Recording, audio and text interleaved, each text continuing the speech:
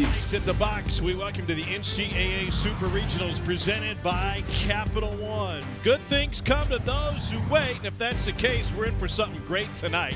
LSU fans have stuck around for this one. It's the number 12 national seed Kentucky Wildcats and the number 5 seed LSU Tigers from Alex Box Stadium in Baton Rouge. Here's a look at the bracket. Wake and Alabama have already played one. Wake leads that one. Texas leads.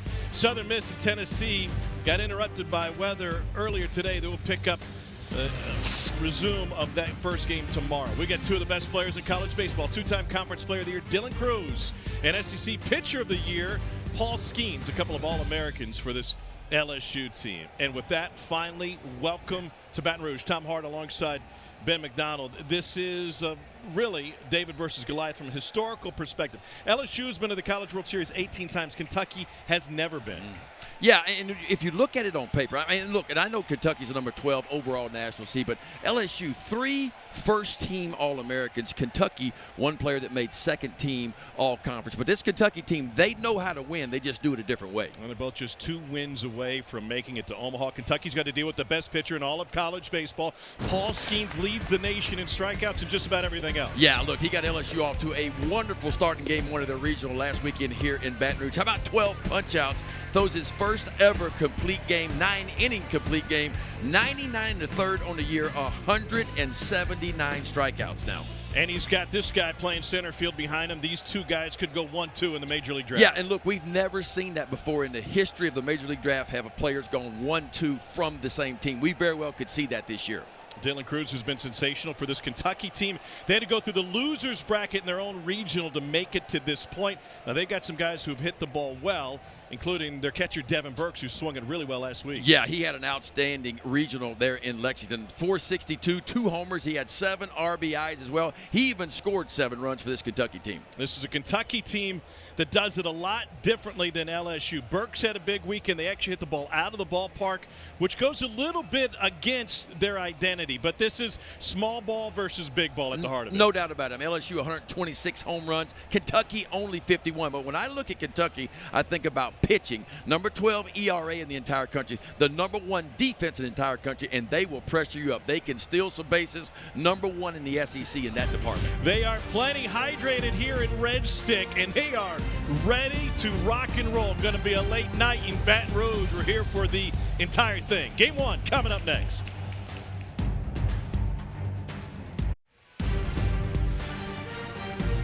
The NCAA Baseball Super Regionals are presented by Capital One. What's in your wallet? This is how the day started here in Baton Rouge, and the day continues into the night. These folks are ready to go, and so are we finally.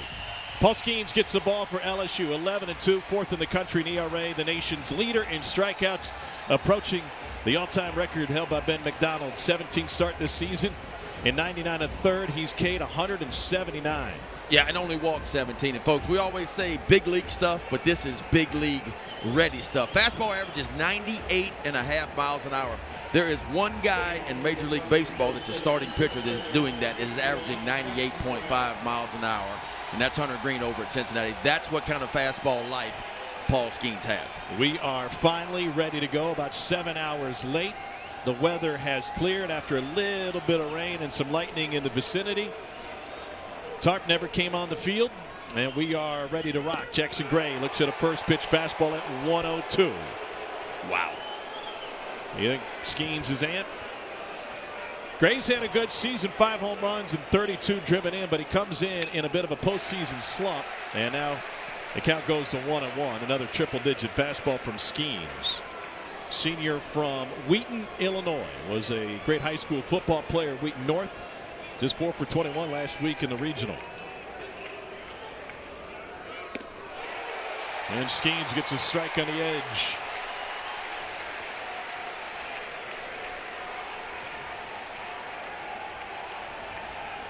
One of the strengths for this Kentucky team is the willingness to stand in and take a hit. Gray's been hit by pitch 25 times this season. One of the nation's leaders, breaking ball misses low. Yeah, that's one thing offensively both these teams have in common. Kentucky been hit by pitch the 3rd most in baseball this year. LSU's number 4. Gray had a good series against LSU earlier this season, 5 for 12 in a series that LSU won, and he drives this one to center field, chasing Cruz back, but the park will hold it, and a long fly out to center field. We outlined Kentucky's offense for you. It is small ball at the best. Hunter Gillum, bats in the 5-hole. He's had a pretty good tournament. But Emilian Petre, their second baseman, is also the cleanup hitter, and he's got 1 home run on the season, and that's a great example of how Kentucky does it a little bit backwards relative to most of the national powers. Yeah, I mean, it's a totally different offense, but it works for them. And look, you coach and you play to your strengths. And this Kentucky team strength is its pitching, its defense, and its ability to pressure you up with the bunt. You see Tommy White's already way in at third base, and they're going to test Tommy White early. They're going to see if he can field the bunt and throw him out at first base. Chase Felker with a big swing and a miss. White's got 12 errors on the season, and they bunted against him in that matchup earlier this season. Senior from Princeton, Kentucky. Felker was 0 for 2 against Skenes in their earlier matchup this year. Yeah, this Kentucky team did a nice job against Paul Skenes. Matter of fact, in the regular season, they gave him more trouble than anybody. 6 1/3 Skenes went against Kentucky. He gave up 5 runs, 4 of which were earned, still struck out 13 and walked 1. Felker's got 5 bunt singles on the season, and he's ahead in the count now, 2-1. Out of Caldwell County High School, and then by way of Wren Lake Junior College, he was named to the regional team last week in Lexington, which the Cats went 4-1 after losing early, had to work their way through the losers bracket to survive and win, and they did it against, or in front of, I should say, 2 largest crowds in Kentucky baseball history. By the way, we're starting 7 hours late, and I don't know that there's an empty seat in this entire ballpark. I think the folks just had a little bit more time to pregame, if you will. 2-2 to Felker. Got him swinging a 101. Well, that's just good old-fashioned country hardball. My best against yours, and Paul Skenes just rears back with a 4-seam fastball, folks, and I'm talking about 101 at the top of the zone. And that brings Devin Burks to the plate. He's got a 15-game on-base streak and has hit safely in 14 of his last 15 games. Sophomore from Bradenton, Florida, and that 15-game stretch has bumped his average from 247 to 298. 1-0 the count. Burke second on the team with 8 home runs.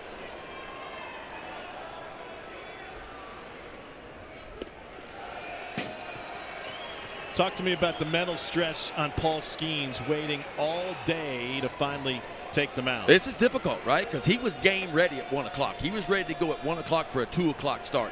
That didn't happen. So he's had to stay game ready for 6 or 7 hours now. And so you wonder where he is mentally. But if you know anything about Paul Skenes and his military background, I would say he's ready to go. Started his college career at the Air Force Academy. He was the John Olerud Award winner as a 2-way player of the year in all of college baseball. He was their ace and their starting catcher. 2-1 on the way to Burks. Swing and a miss at 102. Hardest of the night so far. Yeah, and it's not just straight 102, right? I mean, if you look at the horizontal movement, in other words, the left to right movement on these balls, that ball's running 12 to 13 inches on top of being 102. Right back to it, and Burks just barely made contact. It'll be a 15-pitch first inning. Folks in purple and gold waited around for this, and they're getting everything they hoped for here early on. Tigers come to the plate.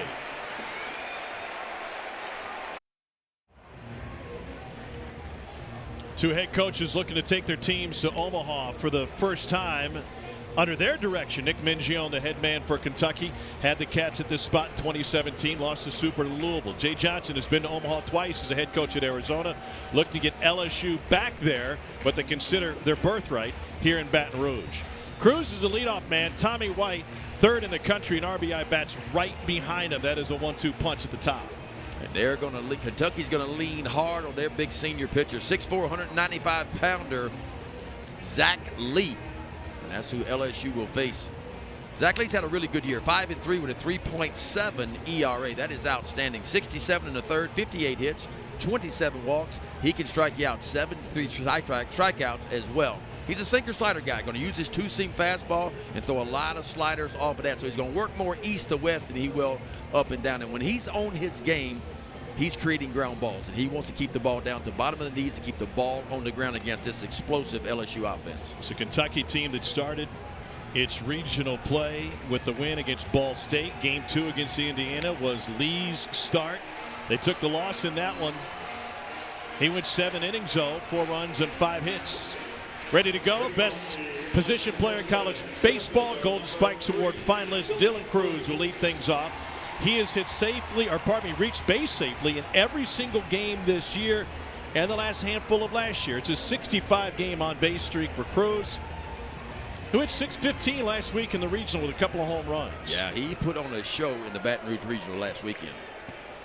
Kentucky playing him to pull on the infield, and the first pitch fastball from Zach Lee out of Effingham is in for a strike. They've got the second baseman Petre playing to the left side of the bag. Cruz third in the nation in batting average at .432. When these teams last met, Nick Mingione put Cruz on with an intentional walk in the first inning. He was hitting .550 at the time. Yeah, he was chasing Dave Magadan's SEC record at the time. Of course, he's fallen below that, but still a chance to set the SEC or the LSU record for a single season batting average. I think it says something, Ben, and you know this program as well as anybody, that by the time he leaves, especially if they make it to Omaha, he could leave as the best player in LSU history. I think so. It's a mouthful because of so many great players that have come through this program. But if you look at the complete body of work for 3 years and the different ways he can win ball games, I would say Dylan Cruz is the greatest position player to ever play at LSU. He's a 2-time SEC Player of the Year. No one before has ever won that honor in consecutive years. We've got him as the #1 overall MLB draft prospect. The accolades just flow around Dylan Cruz. Caught just a piece of that one. A .432 average. He's chasing the school record for batting average in a season set by Rafe Rhymes in 2012. Rhymes at .431. Cruz a tick better than that with records that date all the way back to 1949. Only 4 others in LSU history have hit above .400. Hammer to the left side. Diving attempt by Felker to knock it down, but no play. And Dylan Cruz starts off with an infield single. We asked him about this yesterday. He's got a high ground ball rate. He also has a huge average on his ground balls, and here's why. They are rockets. He barrels them up. And any ball hit over 95 miles an hour in Major League Baseball is considered a hard hit ball. And that's the point he made to us was, listen, I know I hit a lot of ground balls, and Kentucky had it played right. Had 3 infielders on that side, but he hits it hard enough in the right spot, and it's going to be an infield single. Now a 12-game hitting streak for Cruz, and here's the nation's 3rd best run producer in Tommy White. Cruz doesn't run a ton, 6 for 6, but they keep him close. But he certainly has the ability, if he wants to steal a base, a lot of times he can. White's got an OPS over 1100. He's got a 7-game hit streak and a swing and a miss. First team All-SEC, All-America, 5th in school history with his 93 ribbies. Transferred in from North Carolina State, where he was the ACC Freshman of the Year. Homered 27 times last year for the Wolfpack. To third again. Felker bobbles, goes to second for 1. On to first, and Kentucky gets a 5-4-3 twin killing here in the opening frame. Well, there you go. There's your #1 defense in the entire country showing up in a big way. And boy, the beginning and the end of this was outstanding. Jace Felker over at third base. Bobbles a little bit, but regains himself a perfect feed to Petre. And how about the finish by Gillum on the back end to pick it off the dirt. 5-4-3 double play by Kentucky. So here's Trey Morgan, Jr. from just down the road in New Orleans. He's been a starter basically since he set foot on campus. And he backs away from that one and takes a strike, 0-1. Morgan now has returned to his home at first base. He had a hand injury early in the season that kept him from receiving hard throws. That put him out into left field. Made room for some other big hitters, but LSU defensively, Ben, is a much better team with Trey Morgan at first. No doubt. And he played a solid left field. And, you know, Jay kind of messed with the lineup a little bit. Wanted to get Jared Jones some action over at first base, the big freshman power hitter. So Cruz went to the outfield for a while. But certainly LSU is a better team defensively when Morgan is at first. Morgan out of Brother Martin High School in New Orleans. He went 3 for 13 in the series earlier this year against Kentucky. Was hit by a pitch 3 times and grounded into a couple of double plays.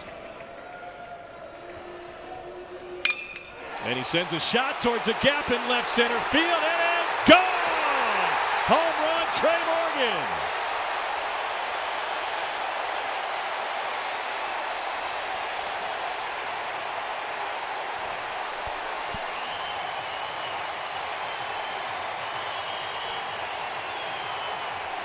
And with all the damage doers at the top of the LSU lineup, it's Morgan with his 8th home run of the season that gets the Tigers on board. That's sometimes what happens, right? You take a breath, you get past Cruz and White, and sometimes you relax. And this lineup for LSU can beat you 1 through 9. Trey Morgan with his 8th long ball, his 45th RBI of the year. Here's a guy who can run into one. Hayden Travinski hits a home run once every 8.2 at bats. Junior from Shreveport has really come into his own late in the season.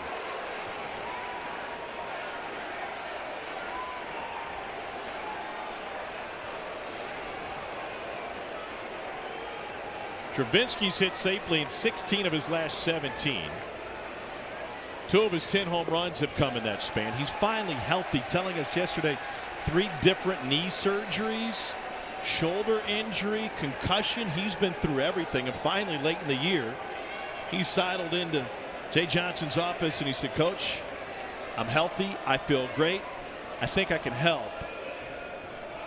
That gave him an opportunity to earn some playing time. Backhand stop, Smith, and Grant Smith flashing some leather, but Trey Morgan's shot is the difference maker early on. Well, the captain in the house early for LSU. Captain Morgan goes the opposite way for his 8th long ball of the year, and LSU up 1-0 as we go to the 2nd inning.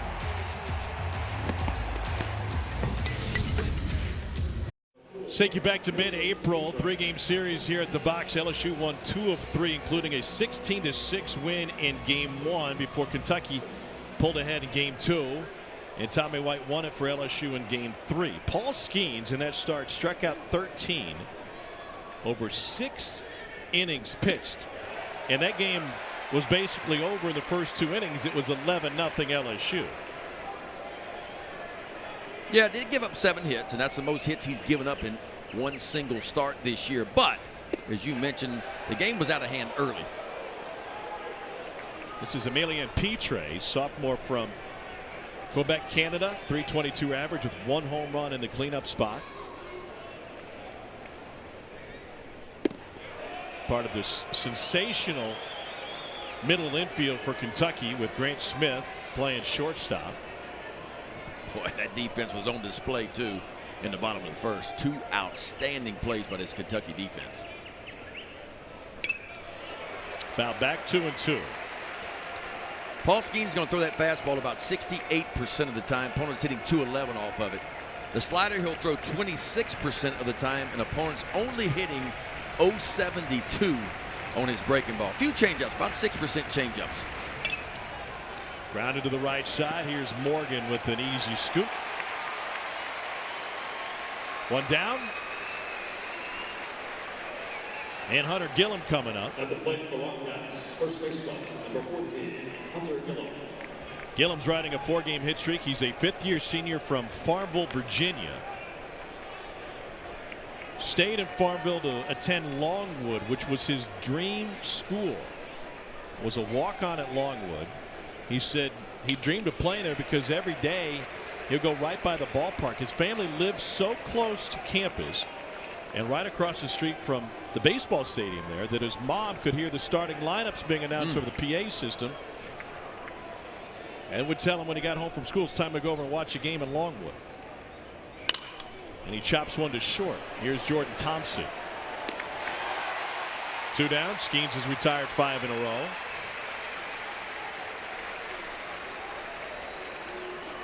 And it's not all 4-seam fastballs with Paul Skenes. He will throw the 2-seamer a lot too, and he gets a lot, of course, always high velocity, but he gets a lot of sink and a lot of run on that 2-seam fastball, and that was a good one down and in to Gillum. This is Reuben Church, junior from Merrillville, Tennessee. And the first pitch is skied to center field. Dylan Cruz stumbled, regains his footing, charges in with the wind blowing, and takes care of it. Only 8 pitches for Skenes in the second. He's got it on cruise control. 1-0 LSU.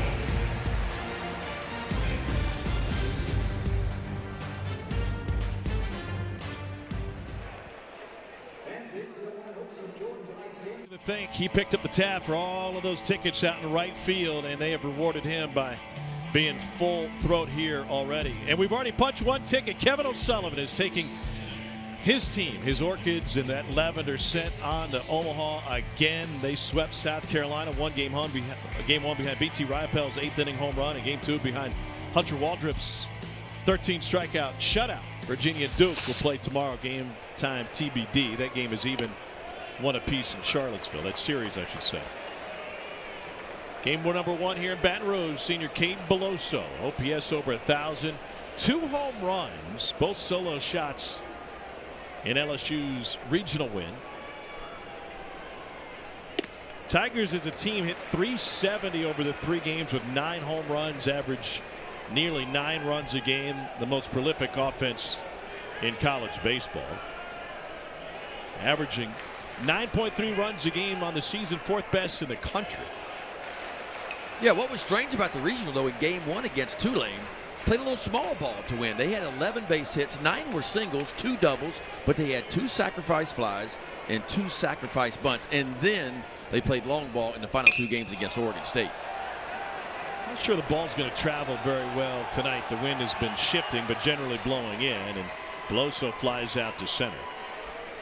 Yeah, it was kind of blowing in when the game began, and now we're getting that more traditional wind you see in Baton Rouge this time of year. Kind of that south wind, southeast wind starting to push out a little bit towards left field, left center field. Certainly advantage for the right-handers if they can get it up to the pool side. A little bit tougher for the left-handers. They'll be hitting it into traffic when it gets in the air. Here's Gavin Dugas. Second baseman hitting .286, 14 home runs. He's been the linchpin for this team. You talk about Cruz and White and Skenes. Those guys perform well no matter what. But if you break it down based on wins and losses, Dugas is the big difference maker. In wins, .331 average, 13 home runs, 1155 OPS. In losses, a .136, only 1 home run, and an OPS of 641. Yeah, and look, everybody forgets about Gavin Dugas. All he did 2 years ago was lead the Southeastern Conference in RBIs. That's what kind of production he put up a couple of years ago. Began the year hitting #1 for LSU in that leadoff spot. You know, faltered a little bit, and he's been slid down a touch or two. But certainly when you can run a 5th-year senior out there that's doing the things that he does, he gives you a lot of experience in the middle part of that lineup. He's from Houma, Louisiana, and a Houma Christian. A couple of years ago was the MVP of the Eugene Regional. And that year he led the SEC in RBI. He was also 3rd in home runs and 4th in slugging. 2-2 on the way. To short. Grant Smith gathers and takes care of him. 2 down.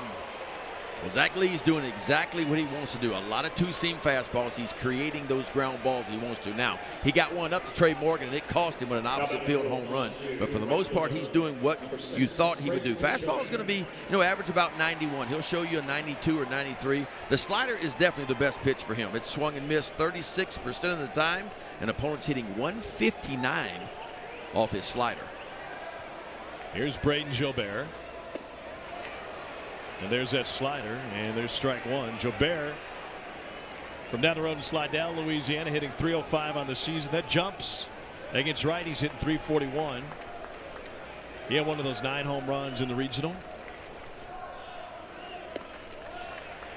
Yeah, Jobert had a big year for LSU last year. 18 home runs for him last year, 11 so far this year.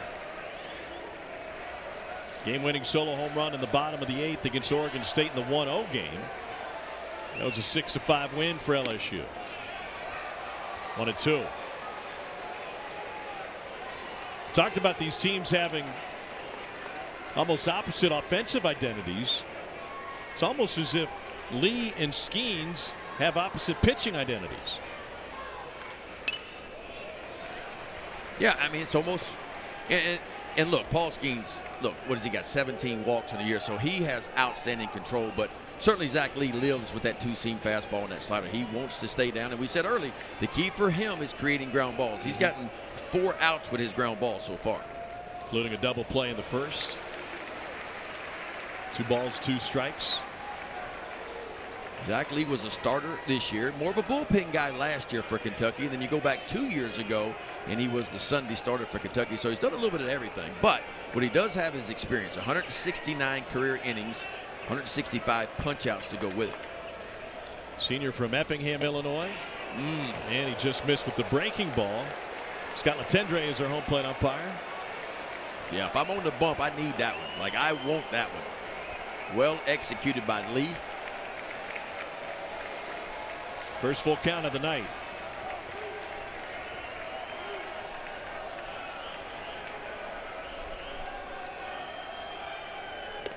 Got him swinging. 92-mile-an-hour fastball. That's 10 ticks below Skenes, but just as impactful. 2 innings complete. 1-0 Tigers. With the Intimidator in right field, we welcome you back to the NCAA Super Regionals presented by Capital One. Super Regionals coverage for all 8 sites continues tomorrow on the ESPN family of networks. LSU with a 1-0 lead here.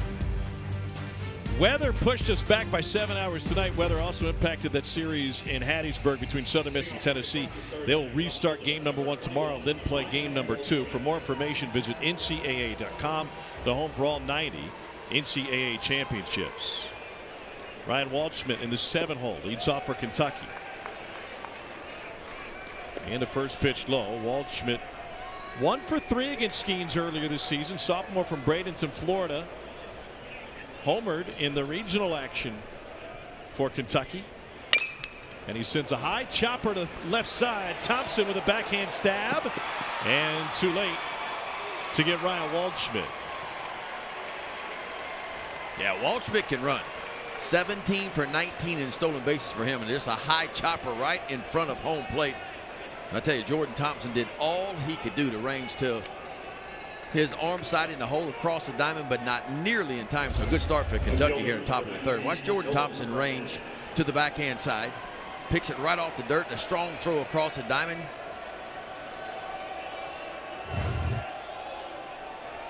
So leadoff man on for Nolan McCarthy. A note on Skenes, Ben.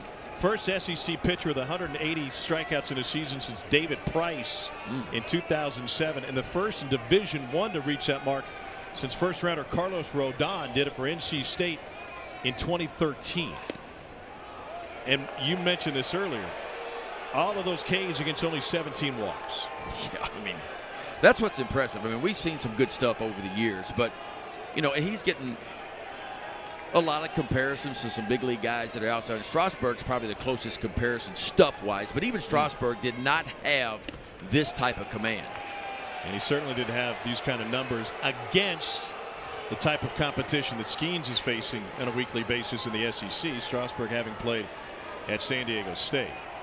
2-0 behind in the count to Nolan McCarthy, riding a 5-game hit streak, 3rd-year sophomore out of Kalamazoo, Michigan. Yeah, I think that's one thing that's impressive about Skenes, one of the many things, actually. In a year where ERA is up for almost everybody, every team, every guy's ERA has jumped because of the offense in college baseball.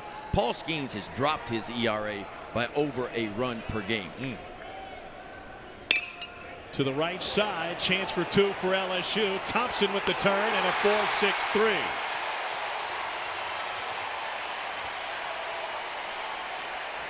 Only the 30th double play turn by LSU this season. Yeah. Among the 16 teams left, they're 12th in the country in turning batted balls into outs. Yeah, Dugas goes right here. The feed wasn't a great. A little bit to the center field side, but Jordan Thompson makes up the difference because it is a real cannon cone across the diamond. And so with the bases empty now, here's Grant Smith, who's in the 9-hole for the 57th time this season. Senior from Albuquerque, New Mexico, squares the bunt and takes a fastball at triple digits for a strike. Yeah, I wanted to see what Kentucky's approach was going to be. Were they going to try to take some pitches? Were they going to try to drive the pitch count up against Paul Skenes? They've not done that so far. They have been very aggressive early in the counts because Paul Skenes does throw a lot of strikes. And Smith pops it up to center. Cruz on his horse and drifting back. Dugas handles it. Another quick inning. Only 7 pitches needed for Skenes. We'll talk with Kentucky head coach Nick Mingione about his squad's approach against the best pitcher in the game. Back in Baton Rouge, Tom Hart and Ben McDonald happy to be joined by Kentucky head coach Nick Mingione. Second Super Regional for Coach Mingione in this Kentucky program. Next 7 hours sitting around waiting to get this thing started. How does that impact your team and your guys? Well, you know, for a while there, they started calling me the Grim Reaper. I mean, Ryan Hagenhouse would be like, Coach, and he's looking at me and he's like, you're the Grim Reaper. I'm like, I'm just delivering a message. I mean, come on. No, but thankful that we're playing. You know, long day at the ballpark, of course, but glad we're getting the game in. Coach, y'all had a good bit of success against Paul Skenes when y'all came here back in April. Put 5 runs on him. He gave up 7 hits and 6 in the third. What's the approach against him tonight? Well, you know, obviously he's got electric stuff. I mean, I think he was pretty amped up in the first there. But we got to do what we did last inning. You know, we got to get the leadoff guy on. And then depending on the personnel, I mean, we had a chance right there. Leadoff guy on, and we had to count 2-0 in our favor. And, you know, when you get your pitch, you got to get it. Like, you ain't going to give you many. So you got to stay on the pitch you're hunting, and when you get it, don't miss it. Go get it. Nick, we appreciate your time. Thank you. Yeah, thank you, guys. Nick Mingione, head coach of the Kentucky Wildcats. They've been aggressive. He's only thrown 10 pitches per inning on average. Skenes at 30 through 3.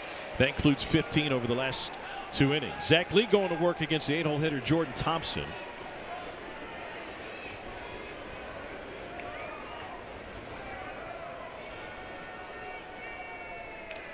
And Thompson catches just a piece of it, 1-2. Yeah, 2 pitchers on the bumps for each team they're attacking tonight, right? They're throwing a lot of strike ones, putting guys away as quickly as they can. Thompson had a good weekend last weekend, 5 for 10 in the 3-game regional against Tulane. And a couple against Oregon State. Tipped that into the catcher's mitt for strike 3. Back-to-back Ks for Zach Lee. Well, that's the pitch that we talked about with Zach Lee. This is a difference maker for him. He gets that fastball going left to right and his slider right to left. And boy, I'll tell you, you can't throw one any better than that right there. 1 over the minimum so far for Lee as he faces Josh Pearson in the 9-hole.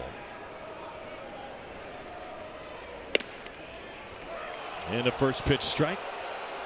Pearson from up in West Monroe, Louisiana, 250 average, couple of home runs, including one in the regional. Name of the Baton Rouge regional team. Down in the count, 0-2. There's that good changeup. Hadn't seen many changeups. That might be the first one from Zach Lee. Gonna be fastball, slider, heavy. He'll use that pitch, that changeup, about 12% of the time. Felker in shallow right field on the shift with 2 strikes against Pearson. Yeah, Pearson had a nice freshman year last year for LSU. Hit .299 with 8 homers, 35 RBIs, and just 147 at bats. Just now, here about the last month, getting a lot of playing time for LSU, though. Yeah, he's really turned it up. He's raised his average 37 points since May 14th.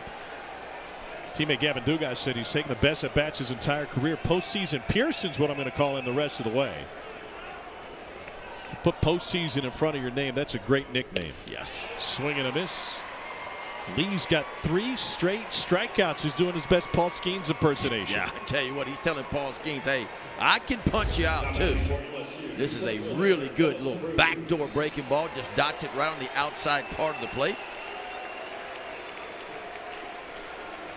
LSU saw Zach Lee back in April when Kentucky came to Baton Rouge. He came in relief. 1 1/3, gave up 4 hits, 3 runs in his relief appearance. Dylan Cruz fouls one off. It was the only relief appearance of the year for Zach Lee. And they told us the reason why is it was a Thursday, Friday, Saturday start versus what they had the previous week, which was a Friday, Saturday, Sunday. They didn't want to short him and start him because he pitched Sunday the week before, so they just put him in the bullpen. And this is a deep pitching staff for Kentucky. I mean, they have 8 or 9 guys that can really do it. We mentioned it earlier. I mean, it is the number 12th ERA, rather, I should say, in the entire country. You look in the SEC, it's towards the top when it comes to ERA. Here's the 0-2. Cruz lets it go eye high. One of the things that Nick Mingione and Dan Roselle, his pitching coach, do really well is they don't let their guys get exposed.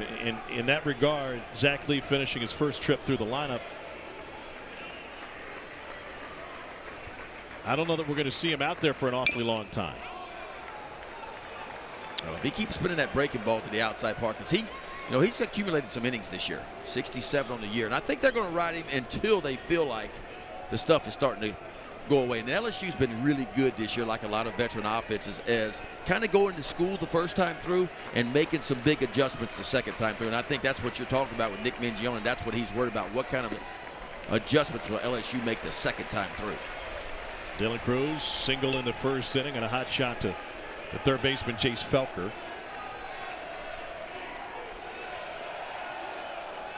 Incredible athlete, has a 42.3-inch vertical leap. What impresses you the most about Dylan Cruz when you've had the chance to watch him play day in and day out? I think his growth, right? I mean, he hit 18 homers his freshman year, 23 last year, but he swung and missed a lot his freshman year. Swung and missed a little bit less last year, but this year a lot more walks than strikeouts. So his understanding and his swing decisions have been a lot better in year number 3. Little dribbler, Lee off the mound, fires wide, and Cruz has a pair of singles, and combined they haven't gone 100 feet. How about that? Back-to-back infield base hits for Dylan Cruz. And I mean, you couldn't have rolled one down the line any better than this. Right off the cap of the bat, Lee does everything he can do, but Cruz, way too much speed. Devin Burks is going to get a visit from the athletic trainer. He gets something in his eye. And I don't know if it happened on the dirt that popped up or just chasing that. Well, you'll hear catchers talk a lot about this. Those balls that are spiked right there in front of home plate, that dirt flies up. That's probably what it was. Josh Walker is the head athletic trainer, assisted by Richie Wells. Now batting for LSU, third baseman Tommy White. Burks looks like he's ready to go. We'll take a look at the pitch call from the dugout. And Tommy White stands in with his wide base. 93 ribbies on the season. How about Tommy White? A little bit backward splits, right? Yeah. 437 against right-handed pitching from the right side. But you wouldn't think it'd be that high. He has struggled, believe it or not, against left-handers, which doesn't make a ton of sense. Dude can hit it a mile, and he just did. Second jack for LSU all the way out of the ballpark. 3-0 Tigers.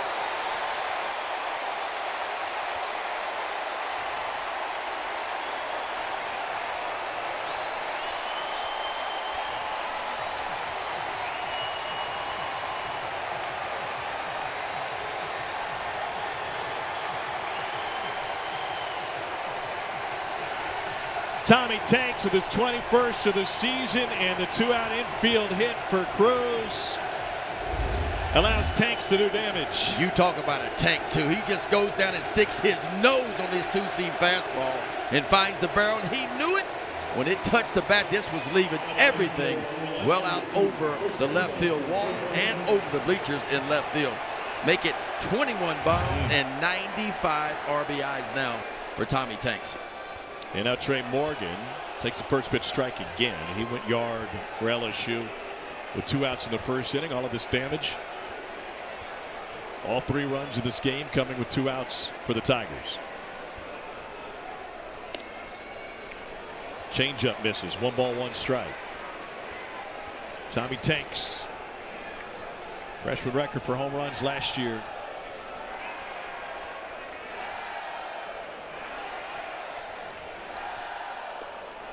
Yeah, I mean, we talk a lot about the home runs and the production, but you forget Tommy Tanks can hit too. The batting average last year, 362 at NC State his freshman year. Comes into this one hitting 378. So it's, while he can bang it as well as anybody can, it's a high batting average too. Trey Morgan is trying to hit that one into Tiger Stadium, 2-2.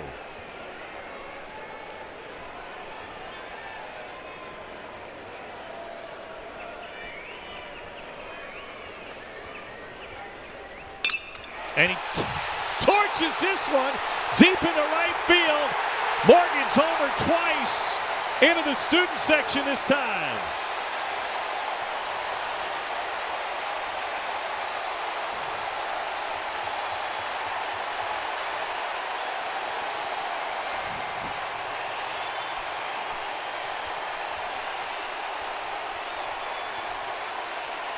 Seven home runs on the season, 2 and 2 plate appearances tonight. Well, how about that move to the baseball? Watch him get his hands in tight to his body on a breaking ball left, up and in, and finds the barrel. And the captain is in the house for the Tigers so far tonight.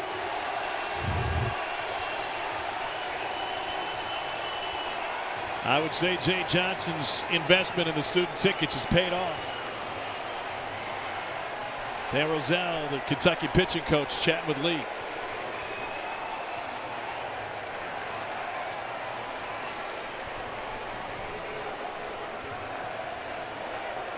First trip through the order, Lee struck out 3, allowed 2 hits.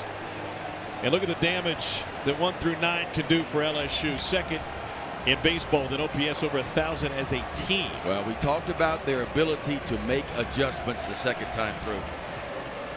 Single, and then back-to-back homers. And now Hayden Travinski coming up. He was slugging the ball last week. Ben, it's about time to talk about what Kentucky needs to do from a gamesmanship standpoint, because they're down 4-0 against the best pitcher in college baseball. And at some point, you turn your attention not to winning tonight, but to winning the series, which is the ultimate goal. No doubt. So how early does that change when you're down 4-0 against Skenes? I think you wait and see if your offense can do anything at all. And I think when you start to get to the 5th inning and your offense is not doing something, then I'm not going to say you throw off, but what you do is, Kentucky's deep. Like, they got 8 real dudes that they can pitch for them. And maybe you bring in your 9th guy and you say, okay, if we have an offensive explosion, great, but I'm going to save some bullets. I'm going to save all my best arms for the final 2 games. Swing and a miss now for Travinski, sitting on 10 home runs.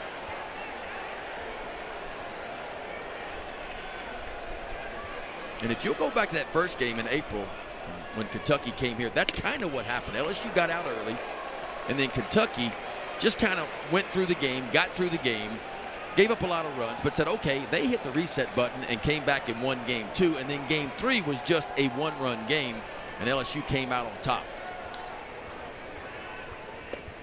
Swing and a miss for Travinski, but the damage has been done. Starting with Tommy White. White goes to left, Morgan goes to right. Yeah, Tommy White, just a fastball goes down and sticks his nose on that one. It went out of everything. And Trey Morgan, a hanging breaking ball, puts a barrel on his second long ball. LSU up 4-0 through 3. Good things come to those who wait, and a 7-hour delay before this thing got started. LSU's already homered 3 times, 4-0 lead. Jay Johnson, this is why you came here to LSU, this environment, this atmosphere.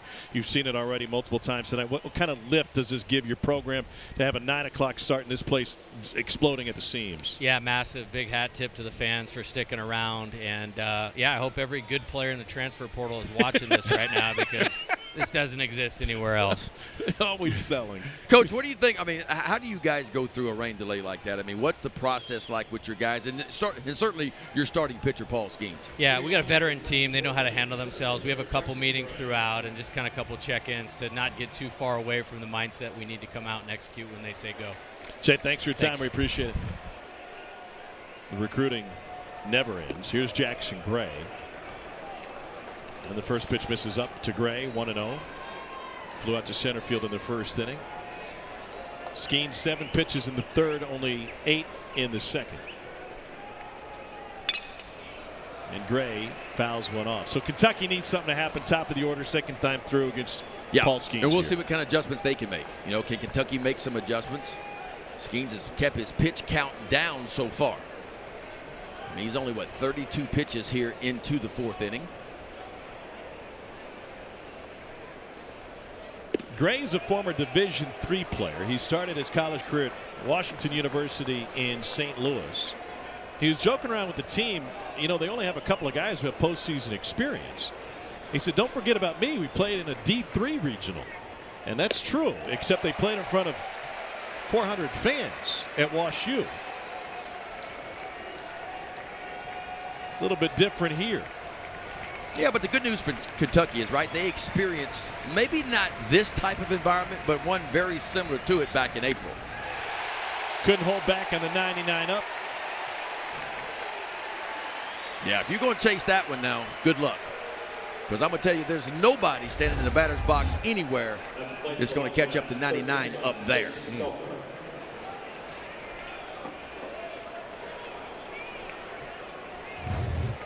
Kentucky had the leadoff man on in the second inning and a 2-0 count to Nolan McCarthy before a 4-6-3 double play. And Paul Skenes, thanks to the double play, has faced the minimum. Jace Felker was his first strikeout victim.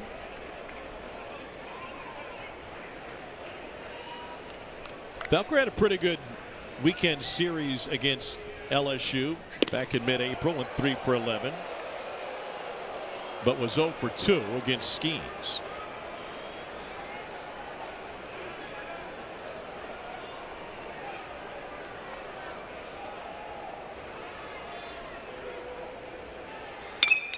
And this ball's lined to left field. Pearson back into the corner. Made it look easy. 2 down.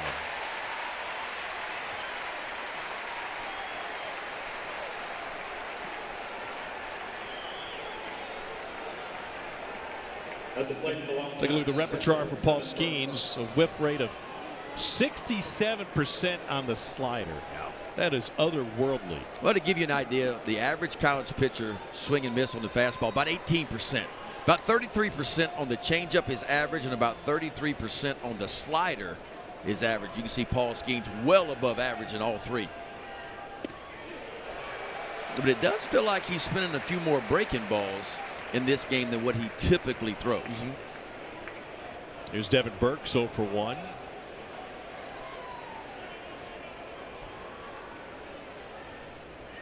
And correct me if I'm wrong, Ben, but this is his first repeat opponent since he's been in an LSU uniform. And so maybe they feel like he needs to spin a few more breaking balls. But look, when you throw 101 and you back it up with a breaking ball that's 83, just the speed difference alone makes it very difficult. The short, Jordan Thompson. Everything going LSU's way tonight. 40 pitches through 4 for Skenes. The lead is 4-0 LSU.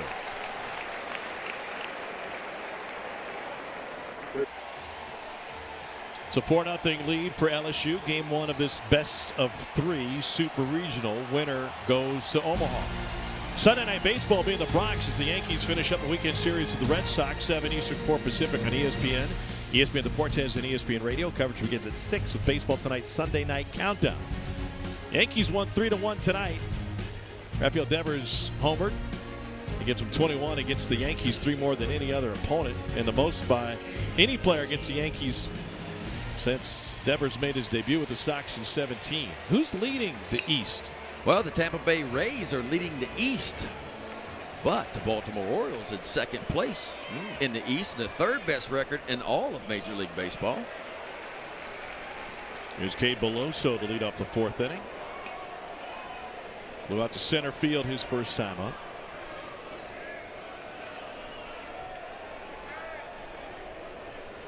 All 4 runs for LSU have come with 2 outs. 2-homer night for Trey Morgan. Tommy White's got a 2-run home run to his name. Second career 2-homer game for Morgan. Also did it against Mississippi State on May 14th of this year. Changeup for a strike, 1-2. Yeah, and all the noise from LSU has come from the top 3. Cruz, White, and Morgan have all 5 of the base hits, and of course, all 3 of the home runs. Nobody in the bottom part of that lineup with a base hit yet. Sounds like a law firm. Cruz, White, and Morgan. Beloso goes down swinging. That's his 5th. Dylan Cruz has a pair of hits that have totaled, I don't know, maybe 100 feet. But he's 2 for 2. So here's Gavin Dugas.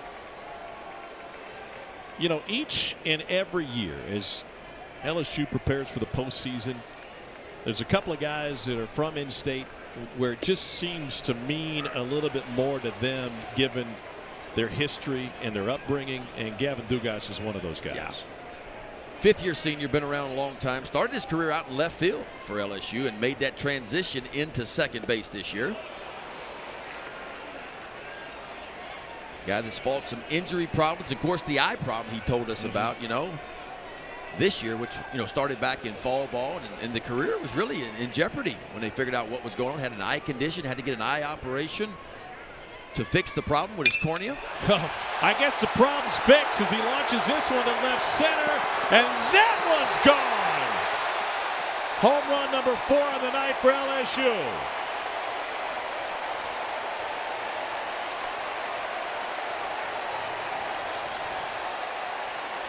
Yes, I would say, Tommy, that he's seeing it pretty well right now. Had 2 base hits in the final game of the Baton Rouge Regional. One was a home run, another home run, and boy, you talk about trying to get up in the zone, but the ball never got there. Set right in the heart of the plate, and the 5th-year senior Gavin Dugas quickly turns it around with his 15th pump of the year, and LSU up 5-0 now. It's a guy who's been obsessed with LSU baseball since guys like Mason Katz and Alex Bregman were here. When he was in middle school in Houma, came to Baton Rouge. He called Baton Rouge the big city.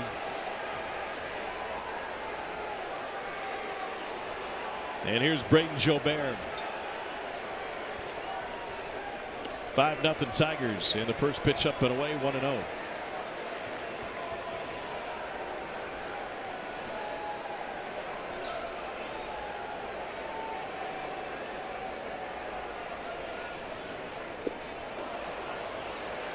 Zach Lee had allowed 9 home runs all season through 14 starts. He's allowed 4 tonight. Yeah, LSU just in one of those grooves right now where if a mistake is made, they're putting a barrel on it. Jobert struck out swinging to end the 2nd. At a North Shore High School down in Slidell, Louisiana. Then he went to Nichols to start, and then Delgado. Originally, this is how long he's been around. He originally committed to Alabama 2 coaches ago. That's when Greg Goff was there. Strikeout number 6. Of course, in college baseball, guys commit when they're in 8th grade. So yeah. Here's Jordan Thompson. You heard Jay Johnson put out a call during the interview to all the guys sitting out there in the transfer portal. This is an LSU program that truly recruits nationally. They got Thompson out of California, out of Chula Vista, and Helix High School. And I was reminded of that. Did you see the Bill Walton documentary this week on ESPN? Yeah, I did see that. Bill Walton was out there dunking on dudes wearing a Helix High School jersey. He and his brother went to Helix, along with his brother Bill, along with guys like Reggie Bush, quarterback Alex Smith, Dennis Hopper out of Helix High School. That's some real dudes there. You know, and of course, a little roller to third, behind the backhanded by Felker, and a long run, and it's a foul ball. You know, Jay Johnson, of course, has the West Coast ties, right? 5 years at Arizona, 2 College World Series appearances, and so he's going to continue to have ties and be able to recruit and pull kids all the way from the West Coast. But we're seeing that more and more down in the Southeast. We're starting to see more of the West Coast kids make their way into the Southeastern programs. A couple of years ago, when Jay was at Arizona, he had 22 California high school players on his NCAA tournament team. But 3 years ago. LSU at the time at 2.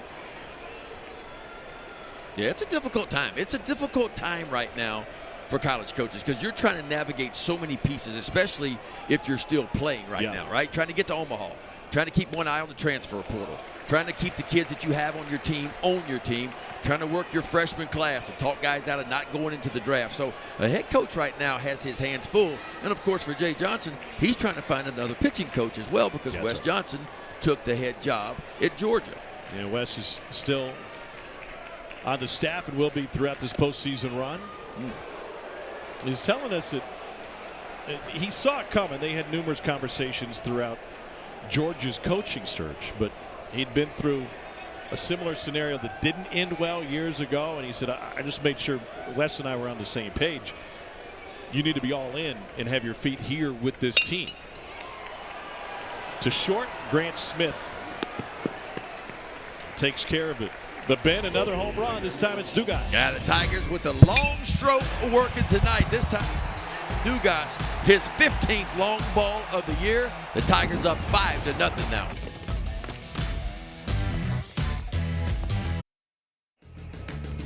$5-0 lead for LSU on 4 home runs. That's all the run production for the Tigers. We punched another ticket to Omaha. Kirk Saarloos and his Horned Frogs have knocked off Indiana State in a 2-game sweep. And so TCU on the Florida side of the bracket. Yeah, TCU. Meanwhile, Oregon leads Oral Roberts 1-0. Boy, how about the comeback from Oregon last night, right? Down 8-0 in the 4th or 5th inning and began a comeback. Got into the bullpen, didn't they? During that commercial break, Nick Mingione was over talking with the umpires, including Scott Latendre, the home plate umpire. Here's Emilian Petre. I don't know what the complaint from Mingione was, but Kentucky's got to find something to break up the rhythm of Paul Skenes, who's faced the minimum through 4. Leadoff single from Waldschmidt in the 3rd, but then a double play. Yeah, he's kind of just had it on cruise control. And there's the first changeup of the night, 91-mile-an-hour changeup. So I'm seeing a few more off-speed pitches against Kentucky than what Paul Skenes typically throws. Pitch count has stayed down. Breaking ball for strike 3, 3rd strikeout for Skenes. That's just not fair. Changeup runs down and away at 91. Then he goes a little east to west on you, just bends a breaking ball right in there for strike 3. Paul Skenes' 3rd punch out of the night. Now, he doesn't throw the curveball very often. Only 39 of them all season. It might be how his breaking ball is classified, but is there a difference? Will he throw it some? Or is it just a slider that's got a different shape? No, I saw him in the middle part of the season actually break out a true curveball. You know, he's kind of in that sweeper phase, right? He kind of redesigned his slider. Of course, Wes Johnson, coming from the big leagues, taught him that sweeping slider that's, taken over the craze of Major League Baseball the last couple of years. But he will throw a traditional slider. As you mentioned, doesn't throw it very often. But he'll take a little bit also. The hard slider's about 85, 86, the sweeper is. And then the curveball will be more like 82, 83 and just show you a little bit different shape than the slider. Parme's swinging a miss there for Hunter Gillum. And the count goes to 1-2.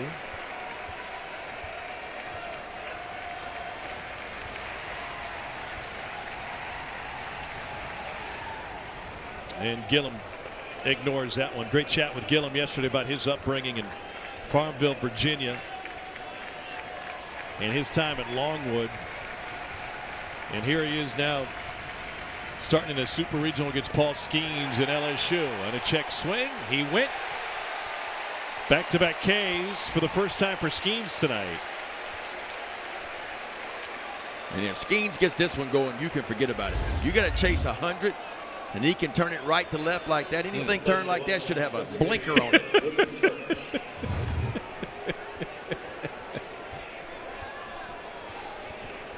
Sometimes they even use those down here in Louisiana. Every now and then. Reuben Church.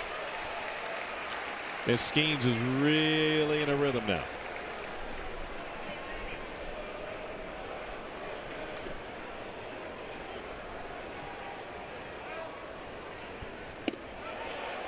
You play a little basketball in your day, you know what it's like to be in the zone. Can you be in the zone on the mound? Absolutely. You can get synced up mechanically. And remember, this guy's 6'6". It's 6'6", 250.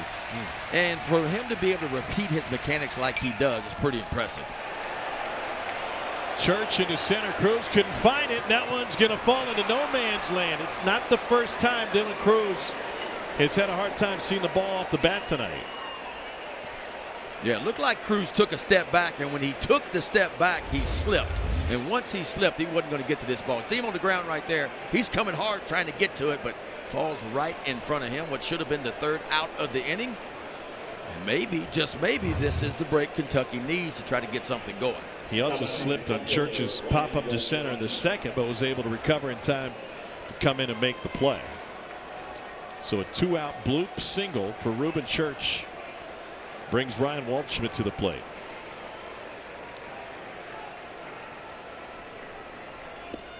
And that one gets away from Travinski, and that'll allow Church to move to second base. Only the 7th wild pitch of the season charged to Skenes.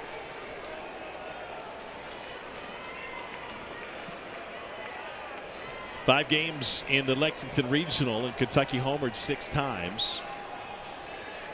They only laid down 2 sacrifice bunts, but they were hit by a pitch 22 times.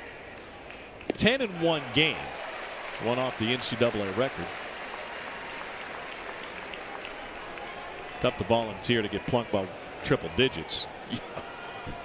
Sometimes you don't have a choice. When it's 100 and 101, you don't have time to get out of the way. But Kentucky, they are a tough bunch. They will not move on anything. Talking with Nick Mingione about their approach. When the ball's coming inside, you're only allowed to move one of 2 things: your hands or your head.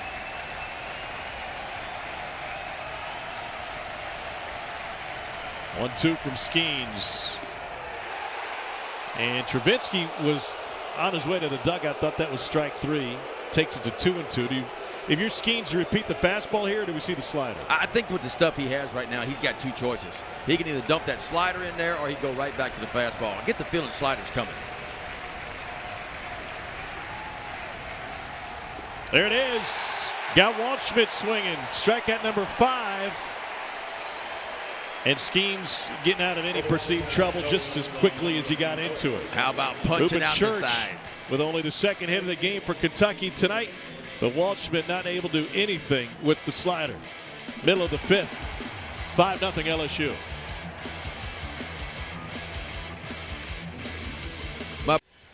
Welcome back to the NCAA Super Regionals presented by Capital One. Tom Hart alongside Ben McDonald, our sensational crew here in Baton Rouge. It's just been through a long day.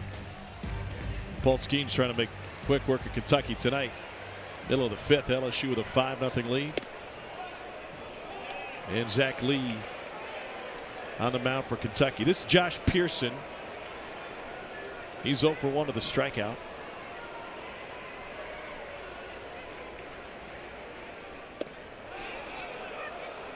Pearson wears a t-shirt under his jersey that says "Do damage."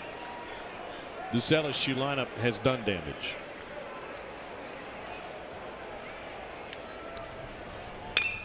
And he does damage with this swing. Another jack for the Tigers.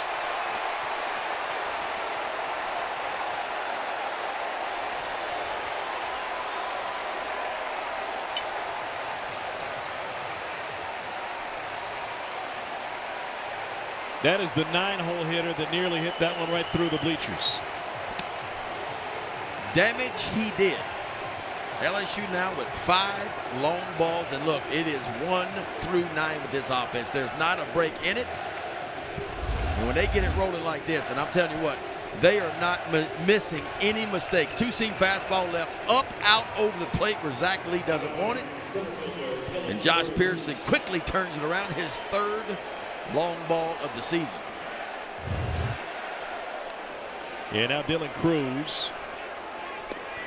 You know, if you're going to tell me that LSU was going to have 5 home runs in the game and Cruz had a couple of hits, I would think, well, surely he's got one of them. He's got a ground ball to third, and he's got a swinging bunt to his name. 2 infield hits for Cruz.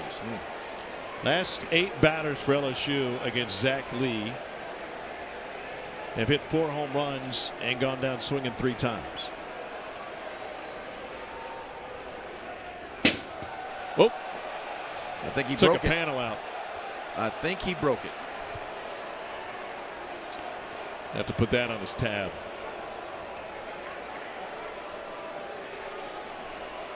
Petrie playing to the left side. Nobody out. Base is empty. Another hot shot to third. Felker gloves this one. And the throw is wide. And it pulled Gillum off the bag. And Cruz will reach for the 3rd time.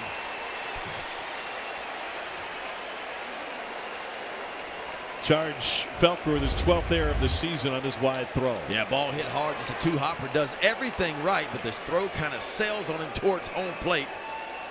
And Gillum, the first baseman, not able to make the tag. It's Cruz getting down the line. And here's Tommy White.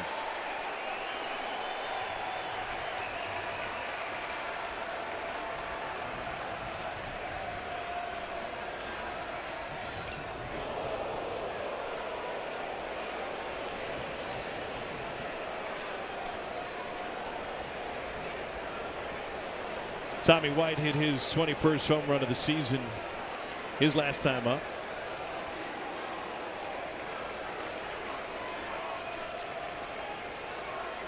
He hit that one all the way to Zachary. It's the right direction, right? Zachary around You got that it way? right. Right that way.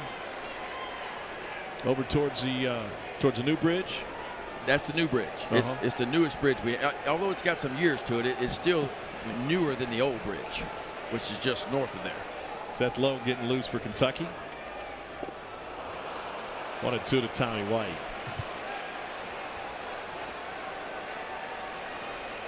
Lee's gone over the century mark a couple of times this season, including last time out against Indiana, through 106. And in a 6-0 game, they'd love for him to take as much of the load off as he could. 2-2. Because, Ben, if Kentucky's going to win this series, it's likely going to have to come in the next 2 days, and they're going to have to do it with that deep pitching staff. Agreed. And that is the strength. I mean, Kentucky's got some good starters, but the strength is their bullpen.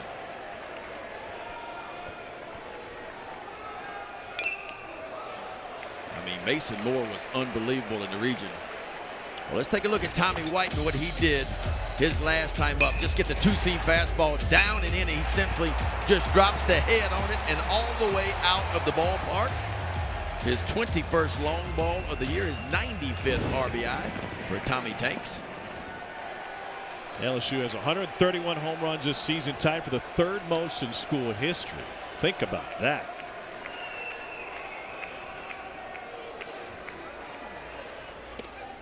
Breaking ball just missed.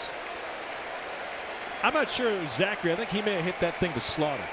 You know where Slaughter is too, up Highway 19? That's right. Yeah, going right up 19. I know where that is. Don't go fast through there. It's not a red light, but there's plenty of cops around there. Duly noted. Tommy White sends a line drive to left and gets down for a base hit. He is 2 for 3 in this one. And that'll bring up Trey Morgan, who for the 2nd time this season has a 2-homer game. And Ben, he's gone both directions. Yeah, he can do it. I mean, that's where he's kind of made his living at LSU, being able to use the opposite field. He powered that one out in his first at bat and then gets a hanging breaking ball, gets those hands into the body. He finds the barrel. That was his 9th home run. So back-to-back jacks and 2 at-bats for the captain, Captain Morgan.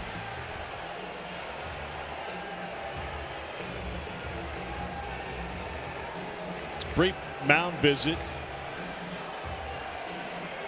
with Burks and the rest of the infield.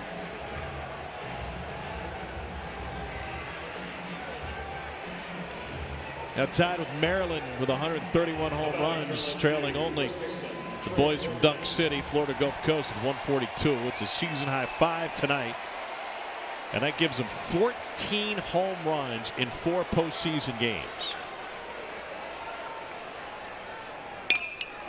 Sharply hit to the left side. Cruz around third. He'll be waved home. The throw from Walter Schmidt gets cut off, and Morgan's got his third ribby of the night. Well, have a day, Trey Morgan, huh? And that's what makes him so good. You remember his freshman year, Tommy. He hit 400 in a 30-game SEC schedule his freshman year. And you knew he could really hit. The bat-to-ball skills are elite for Trey Morgan, and that's what he's done throughout his career. He's been able to use the opposite field as much as anyone. We're chatting with Hayden Travinski, and before he sees a pitch, Nick Mingione's going to get Zach Lee out of this game after an 89-pitch outing.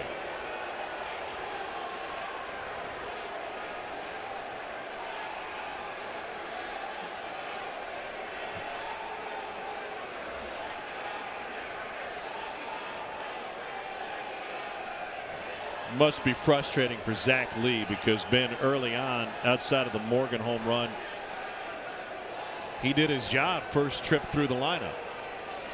Yeah, I mean, he's able to keep the ball down. If you'll go back and look, the home runs, other than Tommy White's, have been pretty much elevated up, out, over the plate. We said in the open, if Zach Lee is going to have some success, it's going to be because he stayed down in the zone.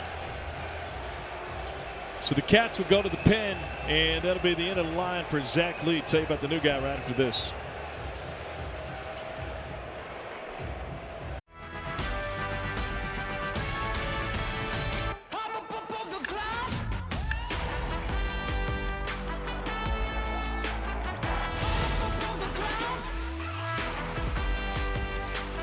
Well, LSU's been there 18 times and 2 wins away from returning. They got a touchdown lead on number 12 National C Kentucky. Cats held to just 2 hits so far. Christian Howell, freshman from Danville, Kentucky, will take over. 6'4" right-hander, 1-0 with an ERA of 3. He's only thrown 6 innings this season, and it's evident what direction Kentucky's going now. Yeah, Christian Howell did not pitch in the Lexington Regional last weekend. See, only 6 innings of work, and it's kind of what you thought you would see from Kentucky if LSU got out early, and they certainly have. Is maybe you see some guys that don't get a whole lot of action. You just try to get through the game. You save the bullets that you have in that bullpen, and you try to make a run. Christian Howell, 4-pitch mix, fastballs 88 to 91, 2 different breaking balls, and a changeup. His changeup is his best swing and miss pitch. Was a star at Danville High School.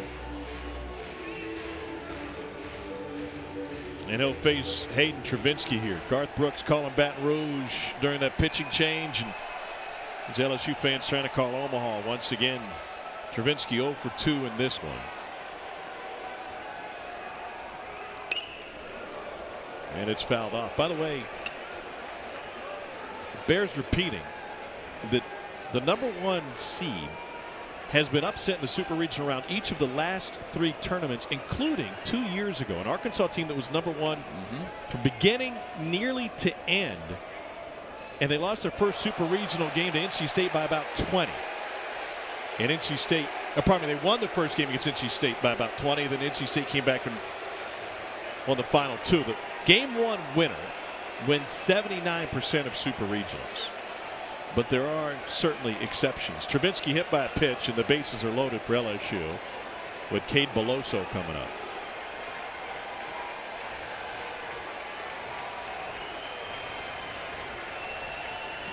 Batting for LSU, designated hitter Cade Beloso.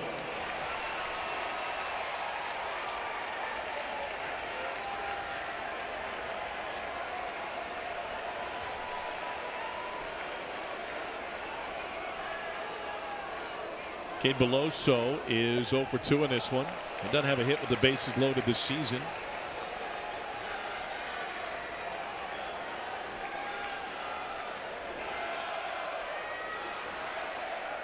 It's already 7-0 LSU. And Beloso golfs this one, foul territory on the left side. Felker through the coach's box. Big out.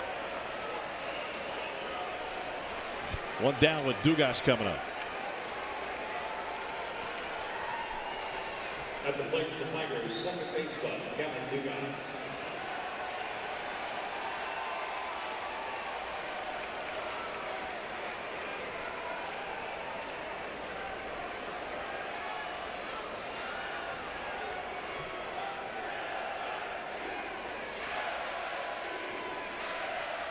Bases loaded for Dugas, and the first pitch breaking ball misses away. 1-0.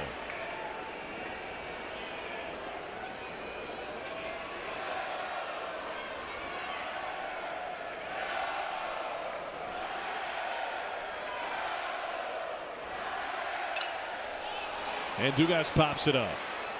Burks gives it a look, called off by his pitcher, and a catch made by Howe. The infield fly, 2 down. Bases remain loaded now for Braden Jobert.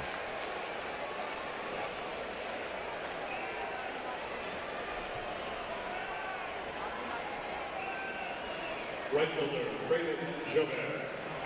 Jobert is over to a couple of strikeouts. Did you take pop-ups when you were a pitcher? Yeah, we did. You let somebody else come in and make the play during the game.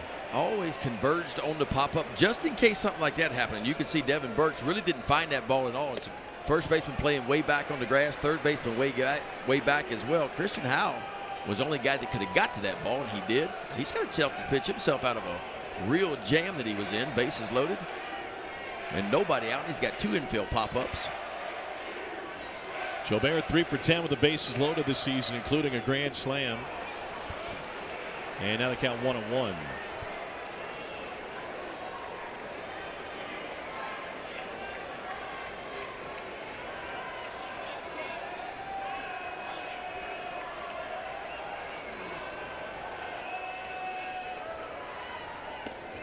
There's that good changeup.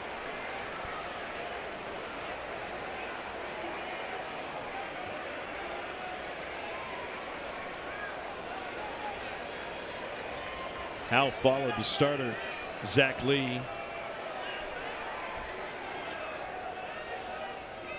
And that one was behind Jobert and got him in the heel. And it'll force in a run with the bases loaded, hit by pitch. Second hit batter since Howe entered. Yeah, Howe got in front with 2 strikes and just kind of overcooked the breaking ball. You can see the catcher, Burks, set up on the outside looking for a backdoor breaking ball. This ball is yanked down and in off of Jobert's back foot. Shortstop, Jordan Thompson. Well, the 9th batter of the inning is shortstop Jordan Thompson. He's 0 for 2 tonight. Strikeout and a ground out. And he's got the bases full in front of him. And that one gets all the way to the backstop. A wild pitch will bring another run home. It's now 9-0 LSU.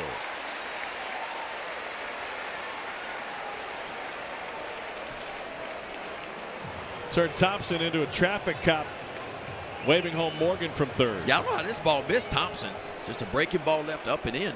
I'd like to welcome those of you watching on ESPN2. Just joined us from the Women's Track and Field Championship, the national title for Texas. Tom Hart alongside Ben McDonald. It's a 9-0 LSU. Game 1 of this Super Regional. We're in the bottom of the 5th inning. Tigers have already gotten into the Kentucky bullpen. Starter Zach Lee for the Cats. Went just 4 innings, and LSU playing long ball in this one, including 2 from Trey Morgan. 5 home runs on the night for the Tigers. 1-2 now. And oh, by the way, Ben, they've got the nation's best pitcher on the mound on their side. Yeah. If you're Jay Johnson right now, you feel like you're in a pretty good spot. Up 9-0 with Paul Skenes on the bump. 2 tickets have been punched to Omaha, TCU, and Florida. How about the Horned Frogs? And this ball's golfed to left field. Waldschmidt won't quite get there. 2 runs will score. Jordan Thompson stops at first with a long single. 11-0 LSU.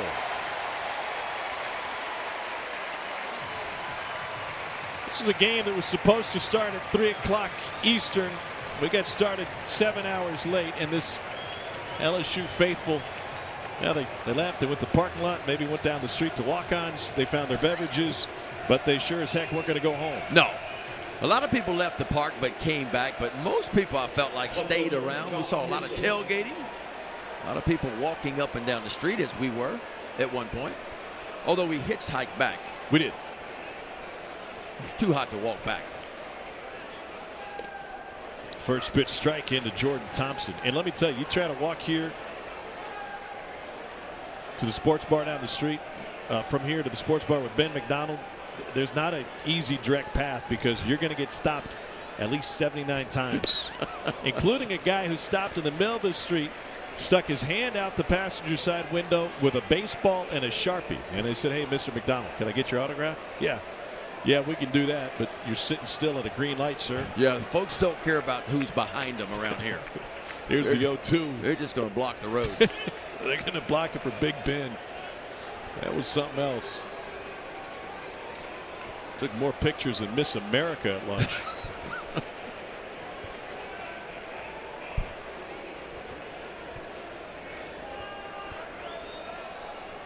Josh Pearson started this inning with a home run. It was only his third of the season. By the way, he's the 9-hole hitter.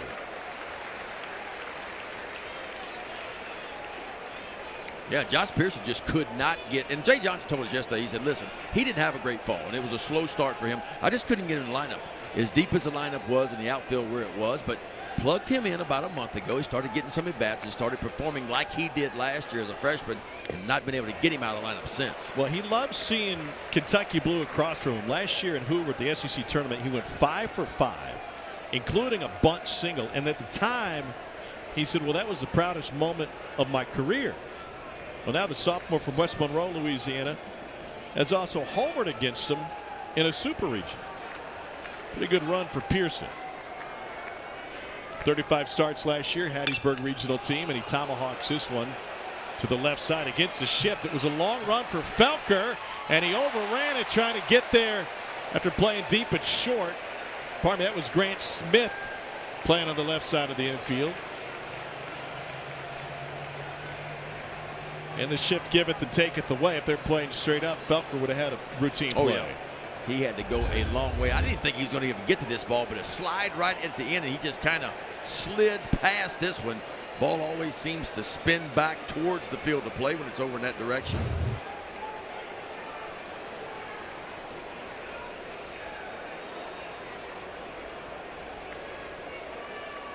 Just got word that tomorrow's game 2 in this series will air on ESPN2. It will start at 6:06 Eastern, 5:06 local time here in Baton Rouge. Here's the 2-2 to Pearson. And inside, full count.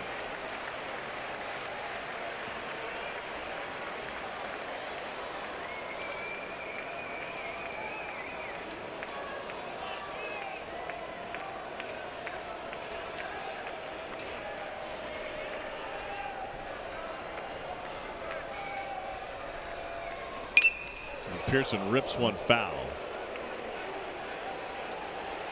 Pearson comes from a baseball family. His dad Bill threw so much batting practice to the youngsters, he now can't straighten his right arm. Brother John is an LSU commit. Jacob was also an LSU commit, was a third-round pick of the Angels. Been up and down double and triple A with the Braves after being the Gatorade Player of the Year in the state in 2017. They traveled so much for travel balls. Dad eventually bought a camper, save on hotel and food costs. His sister Paige is playing softball. The Louisiana Rippers. Oh yeah, I've heard of the Rippers. Yeah, that's throwing a lot of batting practice right there. I bet he learned how to throw underhand too. Something for the daughter too, to whip it in there underhand. This will be the 10th pitch of the at bat to Josh Pearson.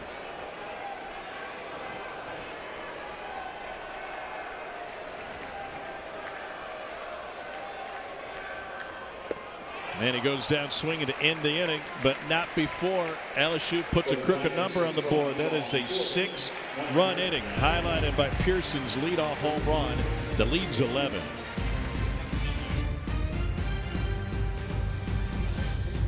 Well, LSU is just bludgeoning Kentucky pitching. 11 runs on 10 hits, and Paul Skenes is carving up the UK batters. He has struck out 5 through 5 innings. And he's only allowed a couple of hits. He's only thrown 56 pitches through 5, and he is climbing the ladder in all-time SEC strikeouts.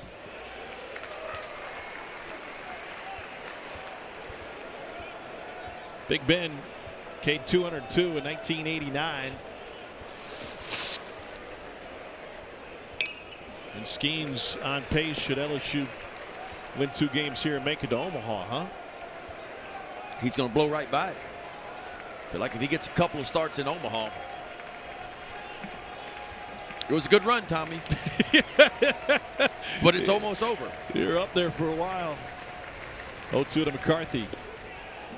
I just challenged Skenes. Let's see, like how 1989 was how long ago? 20, 30, whatever. I challenged Paul Skenes in 30 years to try to walk from here to walk-ons and take as many pictures as you did. That's right. McCarthy bounced into a double play last time up. The pitch was low and away. 1 ball, 2 strikes.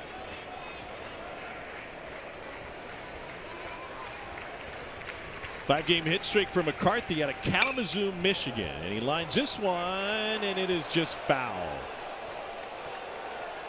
McCarthy played his high school ball at Portage Northern High School. Not only was he the number 3 shortstop in the state of Michigan, he was also an all-district hockey player. Wow. They're going to get together and discuss whether or not this one was fair or foul. I'd like to see a replay of this one because I thought when it hit, I'm with you. It looked fair to me. There are challenges available and also umpire-initiated reviews. This is an official video review. Here we go. Take a look. Where does it hit? Ooh. That looks fair to me.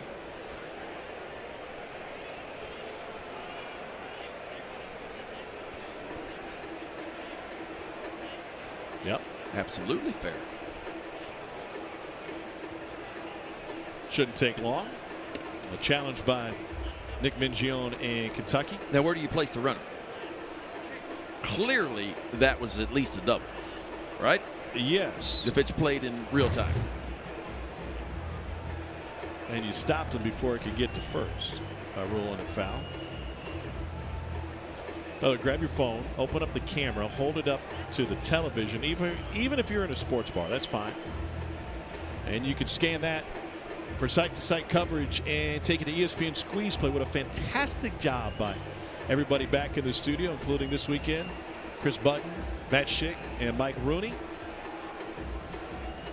And they'll take you through all the action today. It was especially effective because Mother Nature really wreaked havoc with a lot of the schedules. So we have multiple games going on at the same time. Some games going off the air and waiting, including Tony Vitello's Tennessee team.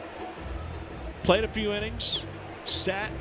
They brought him back on the field, and then they took him right back off after they had their second pitcher out. 10 minutes and then took him right back off again. Yep. That's tough because, you know, obviously what happens, you get 2 more pitchers hot, right, for each team, and all of a sudden you bang it again, and you got to worry about those arms as well. That's why weather in this is so important, and you hate the delays, but with so much at stake now, with so much at stake, and everybody trying to get to Omaha, everybody trying to punch tickets, you want to be as good as you can with the weather, and it's almost sometimes impossible to do because you get these pop-up showers. It looks good 1 minute, and you look at it 5 minutes later, and it's bad, and then what's taking so long here? We're trying to figure out where to place the runner? That's the only thing I can think of because clearly the ball's fair. So the question is, where do you place the runner?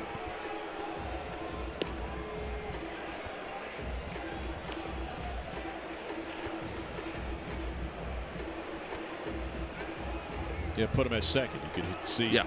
You read the lips. Perry Costello.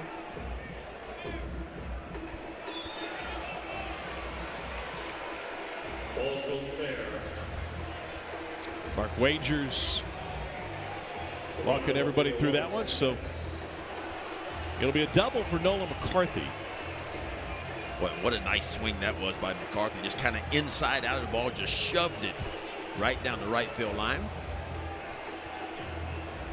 So leadoff man on for the second time tonight for the Cats, and that'll bring their shortstop Grant Smith to the plate. Smith started his college career at Incarnate Word. He had originally signed out of Albuquerque with New Mexico State. They had a coaching change late in the summer, so ended up changing schools right before the semester started.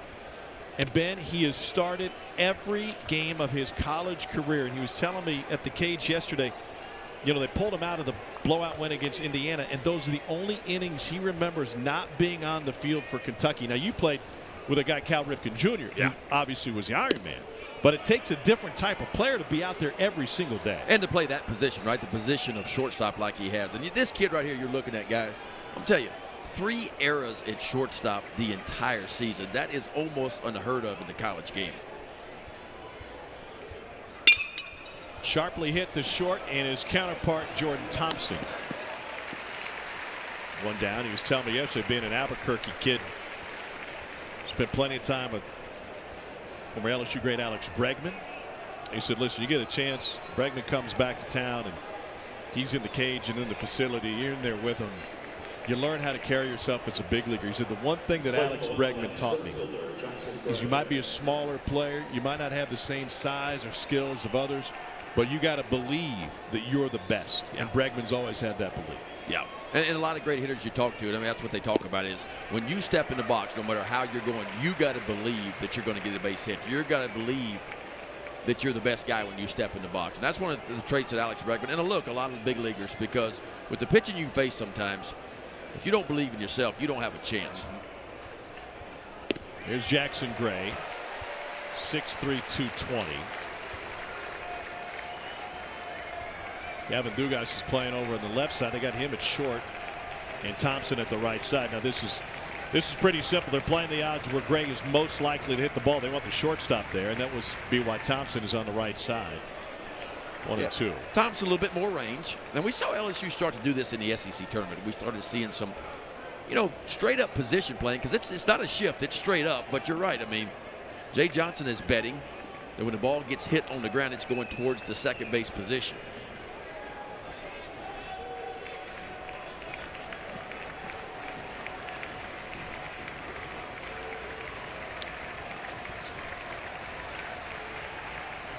Here's the 1-2 to Gray. Swing and a miss.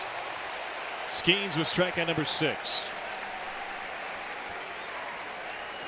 Well, that slider for Paul Skenes has been outstanding. And Kentucky in the situation there, they didn't need a base hit to score a run. Infield playing back for LSU. So ball just put into play in the middle would have netted the first run of the game, but instead Skenes just too good. And see, that ball's got a little bit different shape. See how that ball had more vertical down to it?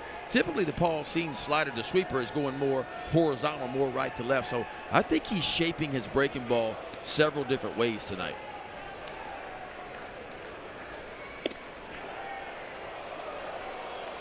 Fastball at 99 misses to Felker, and that would make sense because he throws the slider a ton to right-handers, and against lefties certainly not as much. Where a handful more. But the curveball shape comes in play. And you can look at the mile per hour, right? 83 miles an hour. Typically that hard slider is going to be 85 to 86. So I think he's doing it on purpose tonight. And mostly you're right against the left-handers, because sometimes that sweeper will come into the barrel of the bat, where if you get more of a downer breaking ball, you get some swing and misses. Misses again with the fastball. He's at 3-0 against lefties. He's at about 95% fastball, and the remainder changeups. Yeah, I think it's the first time tonight he's had a 3-ball count on any batter. In for a strike.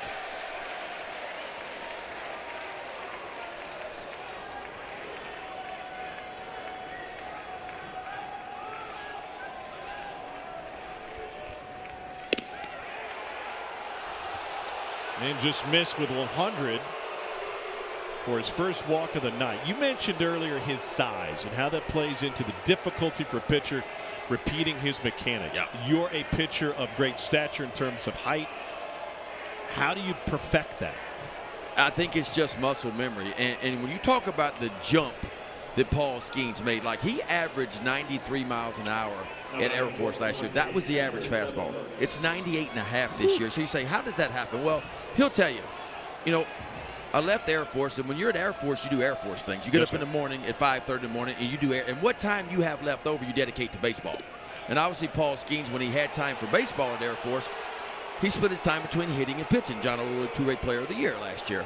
But now he comes to LSU, and he gets designed on a program specifically for pitching, a weight program. And then when Wes Johnson got with him and cleaned the mechanics up, that's where the extra jump came for miles per hour. And you typically don't see that kind of jump from a pitcher, especially a guy going from his sophomore to his junior year. You don't normally see a 6-mile-an-hour jump. Like, that is very odd. But when you're the size that Paul Skenes is, and the way he works in the weight room and the things that he does, and he's cleaned the mechanics up, and it's real clean. If you watch him pitch, although he's creating unbelievable velocity numbers, it almost looks like he's not throwing that hard, right? It looks really, really smooth. We see a lot of guys throw hard in our game, but it's like max effort. This does not look like max effort to me.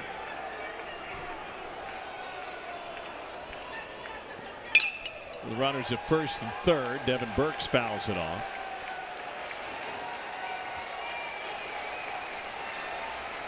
And the Pittsburgh Pirates, who have the #1 pick this year, they got a big decision to make. You know, in the history of the draft, position players have outperformed pitchers at the top of the draft. But every now and then a talent comes along that says, you know what, sometimes I got to throw that to the side.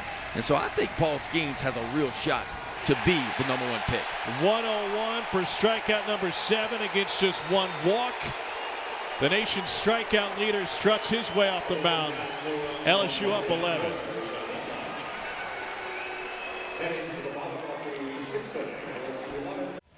Here's your game summary. LSU with an 11-0 lead. The Tigers have more home runs, 5 of them, than Kentucky has hits so far. Cats just 3 for 20 against Paul Skenes.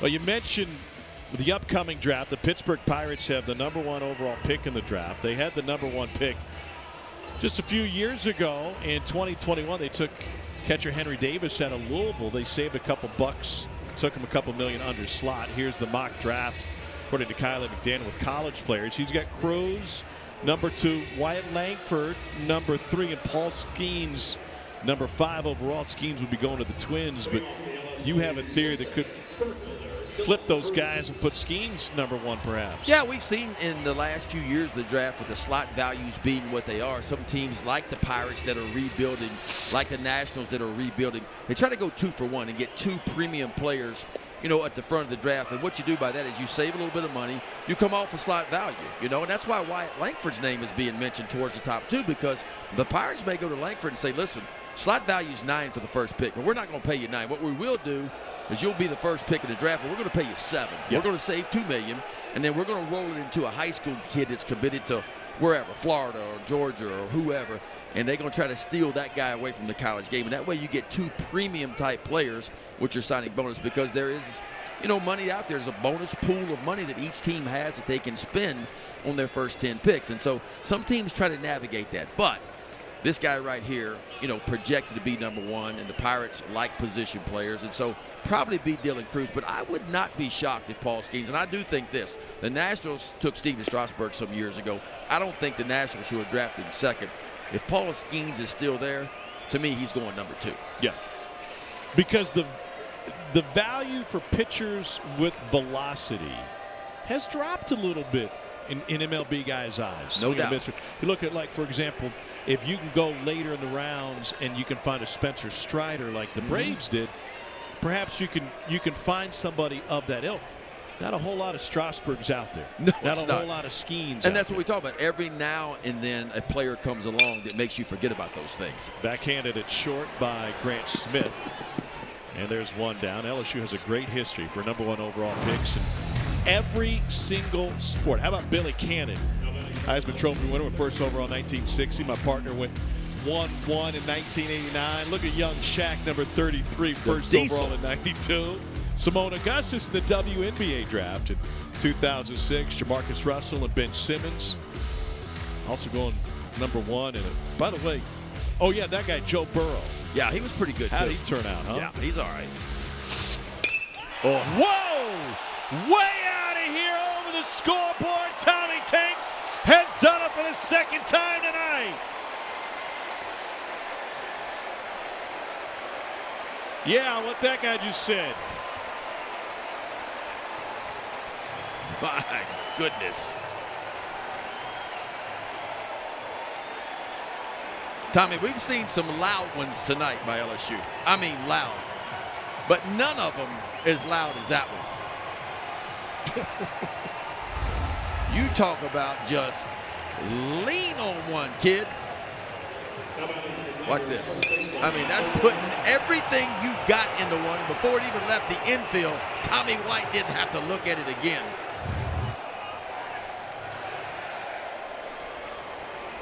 may have ripped the stitches out of that one. Tommy White with 2 home runs. Trey Morgan with 2 home runs. This place is still buzzing. Yeah, you don't see many balls go over the scoreboard here.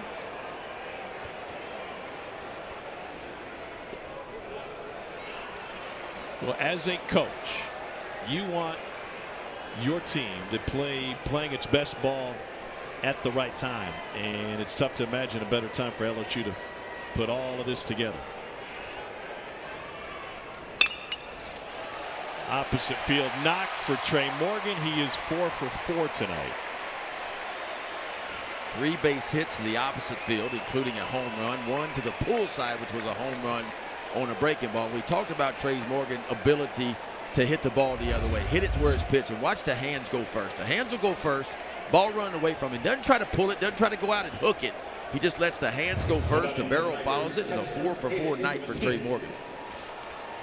And that'll bring Hayden Travinski up.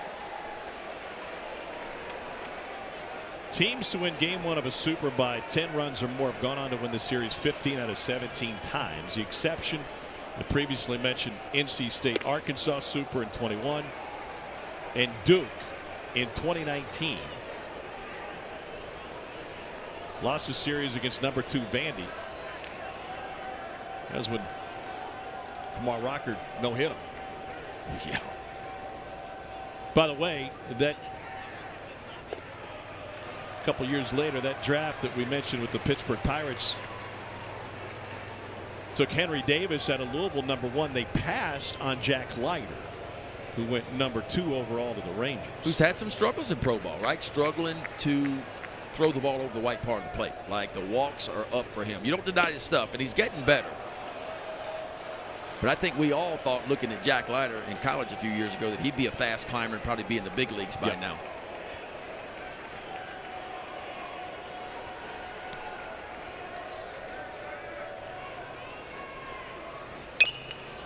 Travinski chops this one foul. Up in Eugene, Oral Roberts has just tied the series 1 win apiece with the Ducks. An 8-7 walk-off win for Oral Roberts. And they'll play a deciding game 3 tomorrow. Boy, no quitting that team, huh? Normally when you're up 8-0 and you lose, that's deflating. It's deflating, and you have a hard time regaining it the following day. Travinski fouls another one off. By the way, Hayden Travinski made a comment to us yesterday that is coming into play here, and he talked about this team's mindset of aggressiveness. He said, you ever see a tiger in the wild? They never back up. They're always moving forward. This team is on the attack. And that's what he said. You know, and look, I don't think a lot of people saw this coming. LSU finished through conference at the SEC tournament at 7-7 their last 14 games. And there was some concern about the team that had been ranked number 1 longer than any team in college baseball this year. You finish 7-7, you go to the SEC tournament, you go 1-2. There was a little bit of a concern, but I tell you what, give Jay Johnson a lot of credit. He kind of rallied his troops. And, you know, Travinski and Dugas told us yesterday, we called our own team meeting, the players did. They said, listen, we're going to start holding everybody accountable for what goes on in the field, and we're going to make sure that happens. This is our chance to get to Omaha. This is our chance to leave a mark on this program, and we're not going to let this opportunity slip by. And Dylan Cruz was a huge part of that as well, and said, hey, this is my last go-around. This is it for me. And I came to LSU, and I turned down first-round money out of high school. I could have been a first-rounder, but I wanted the college experience because I knew that I could get to Omaha, and I want to play in Omaha. And he said, I'm not letting that opportunity go. He said, if we don't make it, I won't consider it a failure because my time here has given me great relationships. The pitch in the dirt, and that's ball 4. But no doubt that that's the goal. And the point was, this is an LSU team that was number 1 in the country for 11 weeks. And they said, you know what, when you win all the time and you have little issues, you just kind of sweep them under the rug. You say, oh, it's okay, we're winning. And then they start to bubble up. Right. And there are things in terms of accountability that needed to be addressed. And sometimes it means more not come, because you hear your stuff from your coaches all the time, right? But when it comes from the players, sometimes it just means more. And give this bunch credit. They kind of got together and said, listen, it's time for us to go. This is our year. We believe we're an Omaha team. We believe we can get back to Omaha for the first time since 2017, and let's start pushing in the right direction. And you're right. They look as good tonight as they've looked at any point in time in the season. Burks will follow this one, and it's going to end up back on the roof. And for good reason. As those players pointed out, and Gavin Dugas said, listen, this is the most talented team we've had since I've been here. Now in his 5th year. 3 All-Americans on this team. 2 likely top 5 picks, if not 1, 2 in the draft.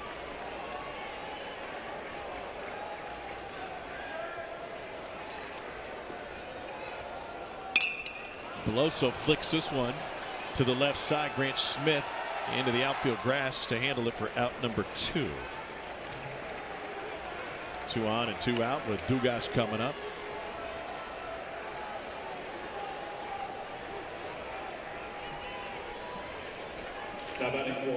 Dugas with a home run in the 4th.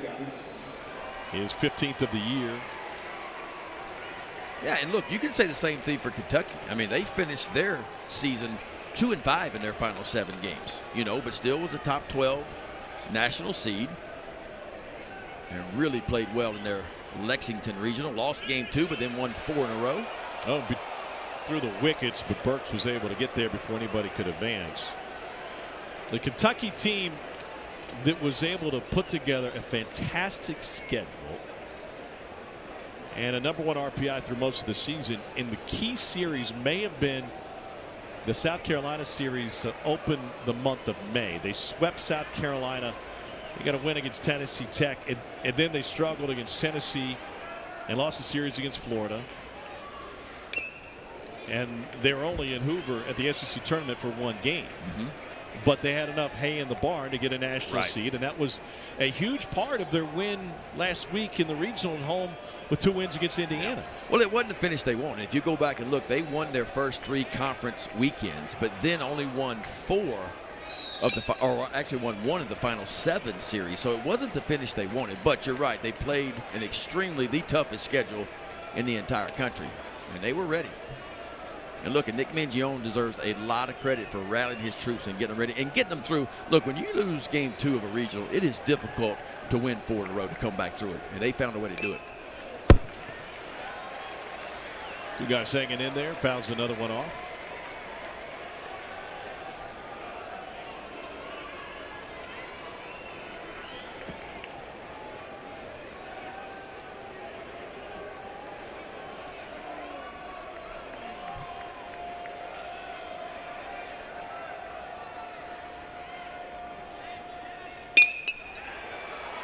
Against the shift, that one to Petre, and he'll take the short route to second to finish the LSU 6th.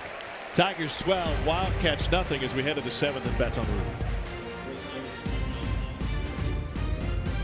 No runs on 3 hits and 1 error for Kentucky. 12 runs, 12 hits, no errors for LSU. Look at Paul Skenes, 12 strikeouts in 9 innings against Tulane. His final pitch against Tulane was 101. Now he's been much more efficient tonight. No need to go that deep. Yeah, we touched on it. I mean, there is one starting pitcher in all of Major League Baseball that is averaging 98.5 miles an hour. Just one. Ben Nipple will replace Gavin Dugas at second base.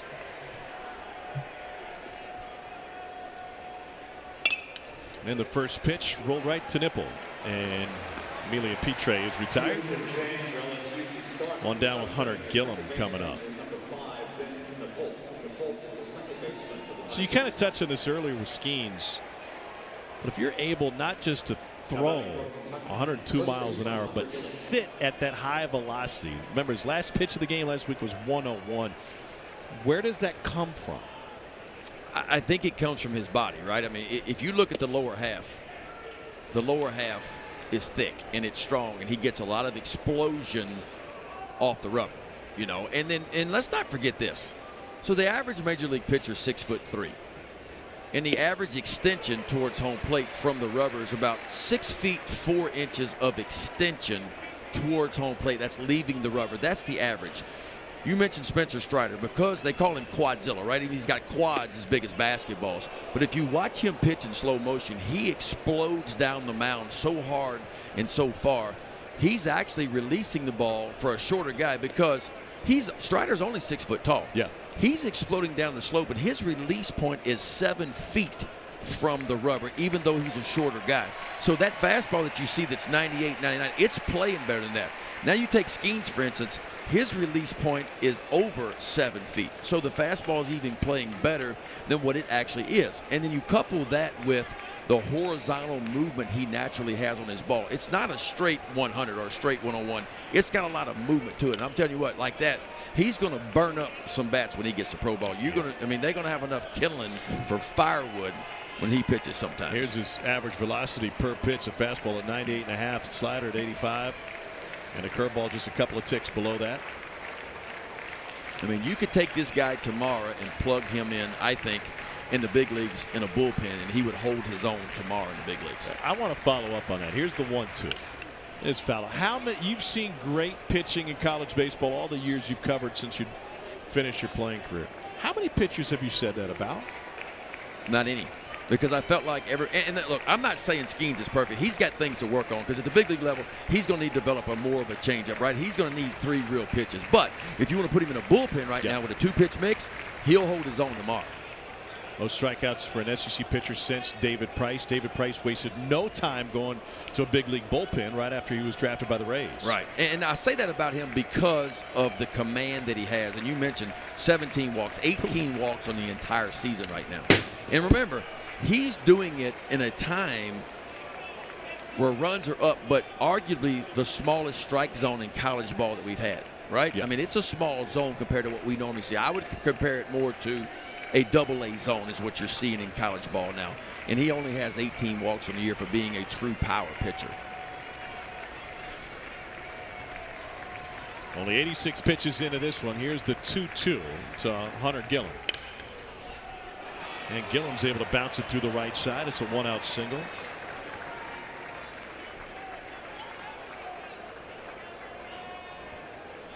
And that'll bring Ruben Church to the plate. Now remember, when this Kentucky team faced Paul Skenes earlier this season, they trailed 11-1 after 2 innings. They stayed on him. They had more hits than anybody. They pushed across some runs to him in a game like this one that had largely been decided early. But they never quit. They showed they could get to him. Well, I think that was one of the things they were hanging their hat on to say, look, we scored more runs on him than anybody did this year, right? And even though it was a blowout game, we still got 7 hits and 6 1/3. We scored 5 runs, 4 were earned. But Paul Skenes has just been too good. This LSU offense got out early. And of course, as a pitcher, when you get your offense out early, that just allows you to relax even a little bit more, because every pitch that comes out of your hand doesn't mean the ball game anymore. And so you get that comfort factor to know, okay, I don't have to be perfect tonight. 0-2 to Church with a runner aboard and 1 down.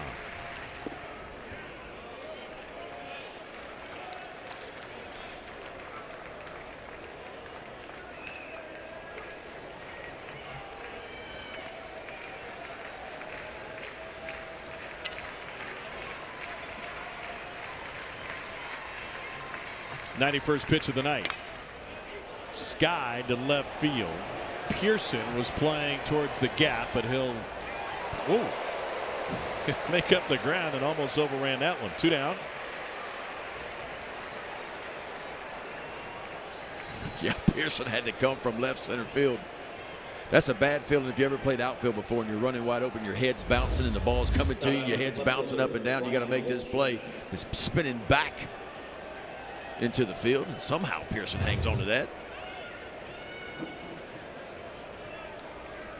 And now Ryan Waldschmidt to the plate.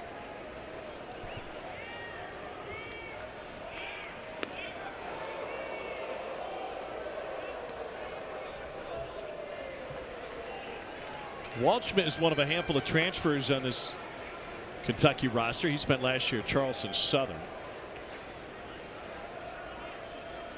Was an infielder at Charleston Southern, moved to the outfield late in the season, and now playing full-time outfield for the first time really in his career. Yeah, Nick Mingione told us yesterday, when you have wholesale changes, you bring in a lot of different players into a group. You wonder how the team's going to gel, right? I mean, you just don't know what you're going to get, but he said this team really took off. You know, it's a lot like Texas A&M last year with Jim Schlossnagle. Remember, he hit the transfer portal really hard, brought in a lot of new faces, and it all kind of came together for him as well. And that's kind of what Kentucky's done this year, plugged in some places, some people in some places that weren't there last year. This team's been good. Well hit, deep right field. Jobert drifts, and he will handle it. No runs, a hit, one left. Time to stretch. Skenes all smiles. His team's got a 12-0 lead. NCAA Super Regionals presented by Capital One. 12-0. LSU with the lead. Powering their way to 6 home runs tonight. They lead the entire tournament in home runs with 15. Sunday Night Baseball coming your way back in the Bronx. Yankees finish up a weekend series with the Red Sox and the Yankees, 7 Eastern, 4 Pacific on ESPN, ESPN Deportes, and ESPN Radio. First of 2 consecutive weekends the Yanks and Sox will be in Fenway. It will be on Sunday Night Baseball again next weekend. It's Brian Bayo tomorrow night against former South Carolina standout Clark Schmidt. Yeah. Here's Seth Lowe on the mound now for Kentucky. 13th appearance, 1-0 with a 5.54. They only worked 13 innings for the Wildcats this year. 17 punch outs, 7 walks. We got a new battery. Chase Stanky takes over behind the plate.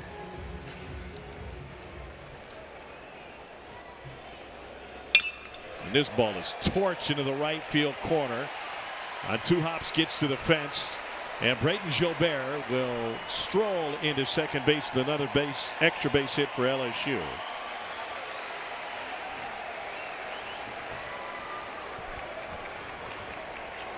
Well, they're just knocking the cover off the ball tonight.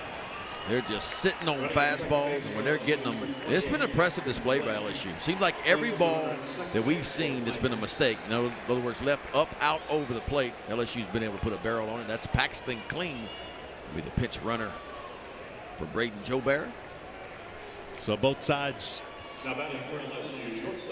getting into their bench. Tomorrow's game 2 starts at 6:06 Eastern, 5:06 here in Baton Rouge, and by all accounts, it looks like LSU will be playing for a chance to make its way to Omaha.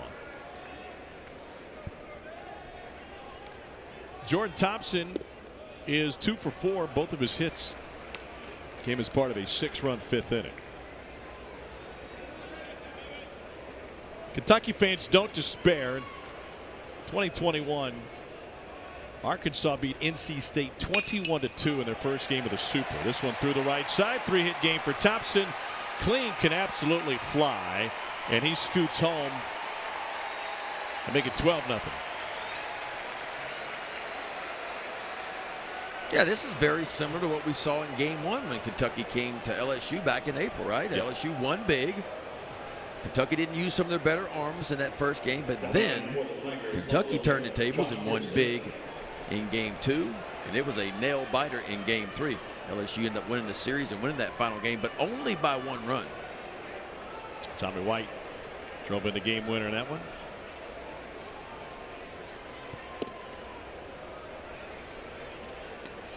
Josh Pearson ripped a home run in the 5th inning. In addition to that Arkansas win against NC State 21-2 in 2021. Elliott Avent's team came back to win that Super Regional against the #1 team in the country. And on a pitch in the dirt, an extra 90 feet for Jordan Thompson. Duke beat Vandy 18-5 in game 1 in 2019. And then Vanderbilt came back to win that Super.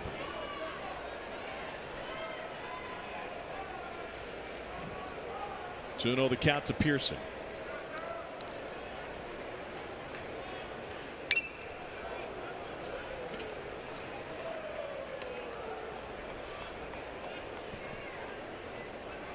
There's action. Like money getting loose for LSU.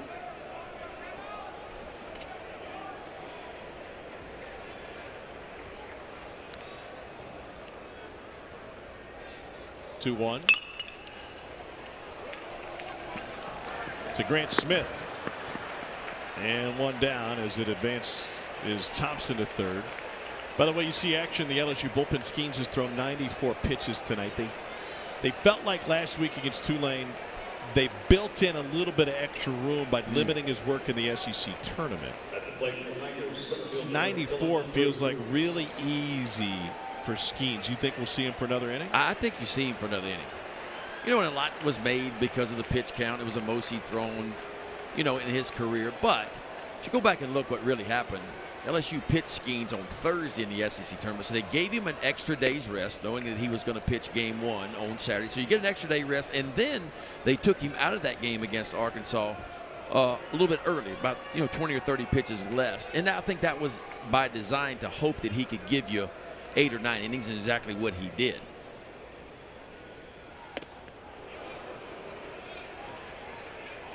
Top of the order, wheeling some sledgehammers. 9 for 12, 4 home runs and 6 ribbies. Cruz has 2 hits that didn't travel more than about 100 feet.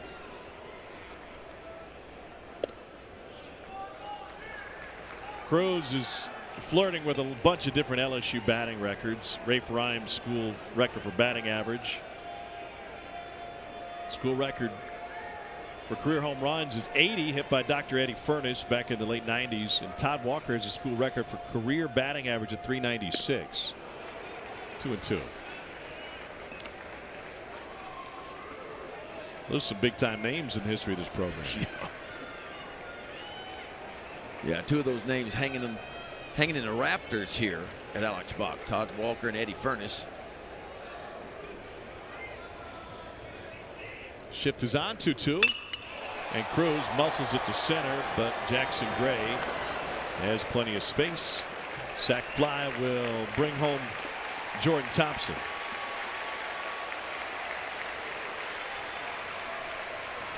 Tell you what, this LSU fan base is a smart baseball crowd, right?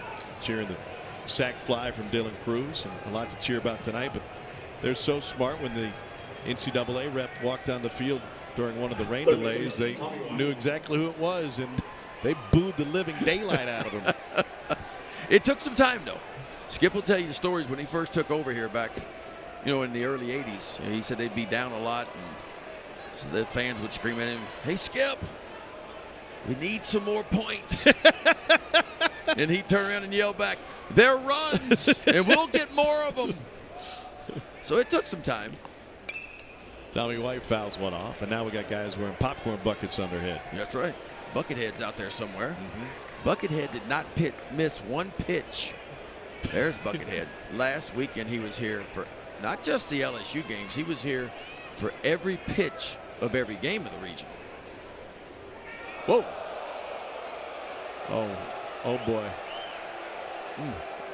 Knocked something right off that front rail and scared the daylights out of that lady in row 1. She didn't throw her beverage all over herself, did she? Well, that'll wake you up if you're sleeping back there. What are they looking at? Not Look this. out. She just a little bit late. Still scared her.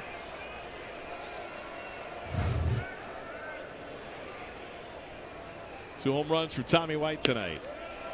And now 3-2. Saw your old skipper in the ballpark tonight. Great to see Skip Urban. Got to visit with Coach B for a while.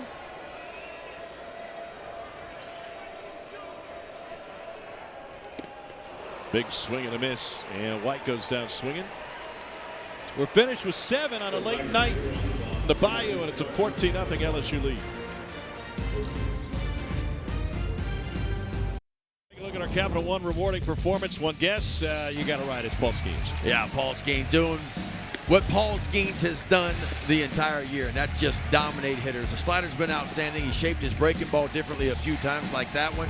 And of course, the fastball has been up to 102 tonight, folks. He has put on a show. Skenes is still out there to pitch the 8th. 19 strikeouts against 3 walks in 2 tournament starts. That's pretty good. Jay Johnson was catching some grief, for starting Paul Skenes against Tulane last week. If you're the 1 seed and you're facing a team with 40 losses on the season, the thought was we'll throw him off and save him against Oregon State. And after the entire regional ended, Jay finally shared what he was thinking, and Mother Nature played a big role in that. He knew Friday was the best weather day for the regional. Saturday ended up being disrupted. And he said, I wanted Paul Skenes to be on the mound with no interruption, and I knew Friday was the best opportunity to do that, no matter the opponent. No doubt. And don't forget, Tulane played LSU tough during the regular season. LSU pulled away at the end. That was down in New Orleans. And then gave LSU really all they wanted against Paul Skenes in game 1 of that regional. So I think you do it for that reason. Obviously, Tulane was a team that won their conference tournament and was playing with house money and nothing to lose. So you worry about those teams sometimes. And Jay Johnson wanted no chance at all. And there's another really good slider by Paul Skenes. So 1 down and Grant Smith coming to the plate. And the other piece of that is Ty Floyd, who's been the number 2 starter, has been really good lately for LSU. And he feel like he took a big jump forward. He'd be fine against Oregon State. And Thatcher Hurd has turned to corner 2 out of the bullpen for LSU. So he felt like he had enough arms. And the other part to that was he'd hoped Paul Skenes would give him a complete game, right, and save as many bullets as he could. Of course, Paul Skenes threw a complete game. On the pitch of the night is in for a strike to Grant Smith.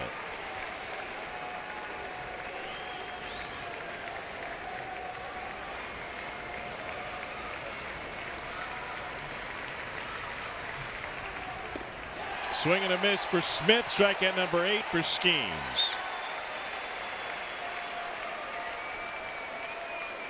Now, sometimes it's just not fair. 100 on the outside part, and then you start this breaking ball in the same place as the fastball, and he just works it right off the outside part. Now here's Jackson Gray, and looks like that's going to be it for Skenes.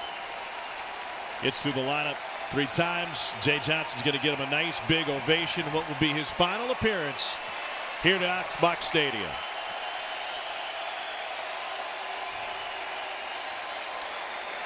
Not sure we'll see another dude like this in an LSU uniform in some time.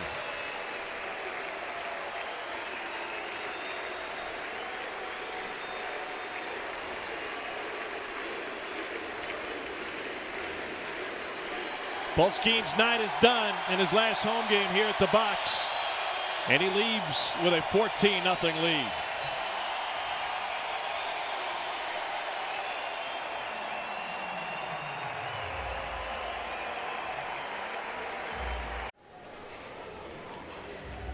Paul Skenes walked 1 against 9 strikeouts. That 1 walk was the only 3-ball count he got to all night. 7 2/3 innings, 101 pitches. And he was absolutely dominant tonight. Yeah. No, he set the tone right away. And look, he was efficient early. Like the pitch count was down. And he'll give way to Blake Money, the junior, making his 18th appearance of the year. 1-0, 31 2/3, 31 hits, 28 punch-outs. So new pitcher on the mound, and LSU made numerous position player changes coming into the inning. With Jackson Gray at the plate 0 for 3. Jack Merrifield is now at third base. Paxton Kling is in right field. This is Nipple who doesn't make the play. And Jackson Gray will reach on the error. Alex Milazzo is the new catcher for LSU.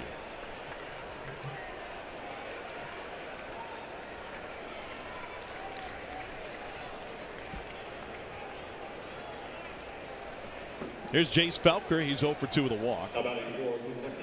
So Skenes leaves with 188 strikeouts this season, 14 shy of the SEC record, set by the big right-hander next to me, back in 1989.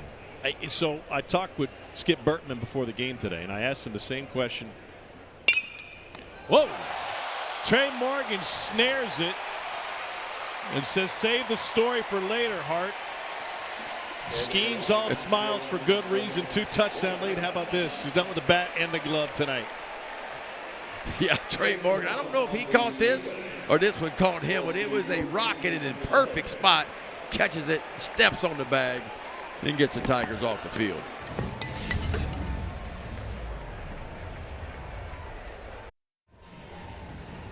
Go down to Tiger Town. I'm going to teach you how to Dougie. LSU leads 14-0. Home half of the 8th inning. 6 home runs tonight for the Tigers, most in the tournament. LSU hasn't lost a game. Only a handful of teams can say that. Here's Trey Morgan. What a night he's had. 4 for 4. 2 home runs at snare at first base earlier. So I was talking with Skip Bertman earlier, and I said, I'm going to ask you the same thing you've been asked 10,000 times this season. What's the difference between Paul Skenes and Ben McDonald when you were in your prime? And he talked about the breaking ball specifically, right? You went fastball, curveball, right? And Skenes has the slider or sweeper. And his point was twofold. Number one, he did say, of course, you also play basketball for Dale Brown, who they once named a court after here. And he said that, Ben was more athletic, I think, than Skenes.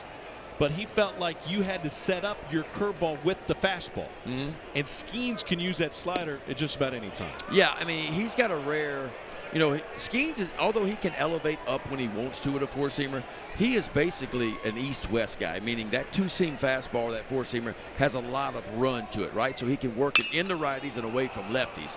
But then he can cross you up and make an X with that slider that goes the other way. And so that's kind of what makes him special and why I like him so much is he has the ability, because in the pitching world now, most guys are either two-seam guys, they stay down low, or they're four-seam guys, they ride the top of the zone. That's kind of where we are in baseball. He has the unique ability to be able to do both, and I think that's what separates him on a lot of different levels. Alex Milaz with a nice ovation as he comes to the plate.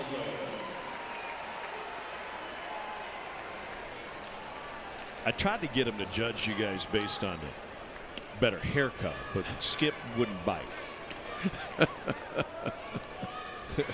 Milazzo from up in Zachary, not far from here. Tommy White hit 1 ball 2 Zachary, 1 right over it. There, a waiter. Gino's last night was from Zachary. That's right. That's right. What big guy, football player. Yeah. What were those appetizers you bought me? Arancini's. Crawfish arancini and just a regular beef arancini. What is arancini? It almost reminds me of a boudin ball. It's kind of fried crust on the outside, but it's stuffed with rice and, of course, crawfish in one of them and just regular meat in the other one. But they were outstanding. Breaking ball didn't miss by much from Seth Logue, who's the 3rd pitcher of the game for the Cats. Pretty good 1-2 trip for us, right? And that little kid, too.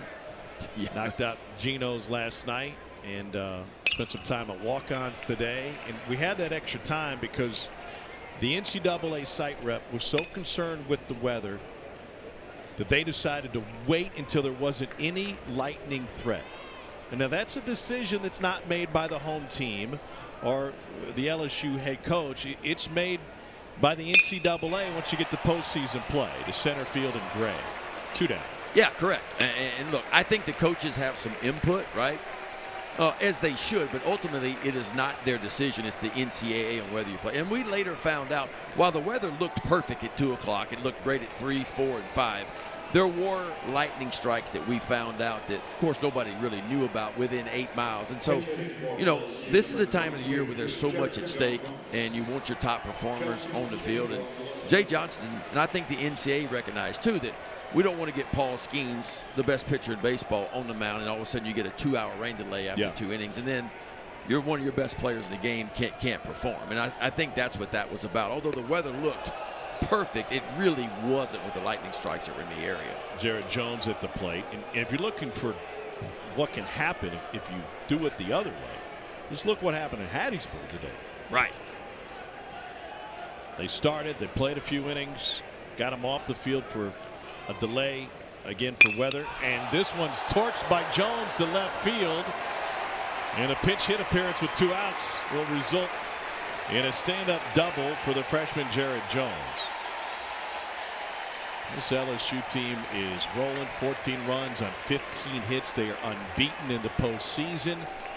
It can only be said by a few teams through a weekend and a half. Ben DePolt gets a chance to hit for the first time.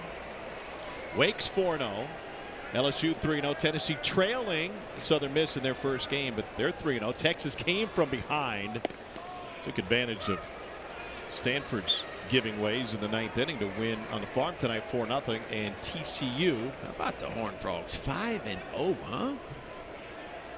Pretty good run. And of course, TCU had the chance to host at Lupton Stadium because Indiana State did not have their home field available to them. Indiana State, the Sycamores, were in position to host this weekend, but the Special Olympics coming to Terre Haute, and they didn't submit a bid for Super Regional because they didn't have the resources on campus to host. That's a tough situation for the Sycamores, who go 2-2 this weekend. Pop up to end it. We go to the ninth. Kentucky needs 14 to tie, 15 for the lead.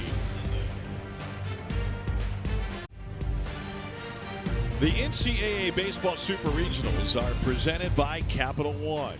What's in your wallet? Late night in Red Stick, and LSU with a 14-0 lead as we head to the ninth. Tom Hart alongside Ben McDonald. That guy's still here, and his arm's not even tired. Pull out your phone, scan that for an opportunity to visit Squeeze Play. Multi-game coverage by scanning the QR code. Jay Stanky pops this one up. ESPN Plus subscribers can access expanded coverage with Squeeze Play. That one squeezed over at third by Jack Merrifield. Squeeze Play coming your way all day tomorrow, and it is going to be a busy day on the diamond. 2 spots have been clinched in Omaha, TCU and Florida, and all the action will get going at noon tomorrow, including Southern Miss and Tennessee trying to finish up their weather interrupted game today. Amelia Petre with a fly ball deep into the left field corner and into row number 3. Boy, how good was Waltrip today for Florida? He was fantastic. Hunter Waldrop, 8 shutout innings, 13 Ks. So tomorrow, Southern Miss Tennessee at noon on the U. Duke, Virginia, game 3 noon on E2. Wake and Alabama in their game 2 on ESPN.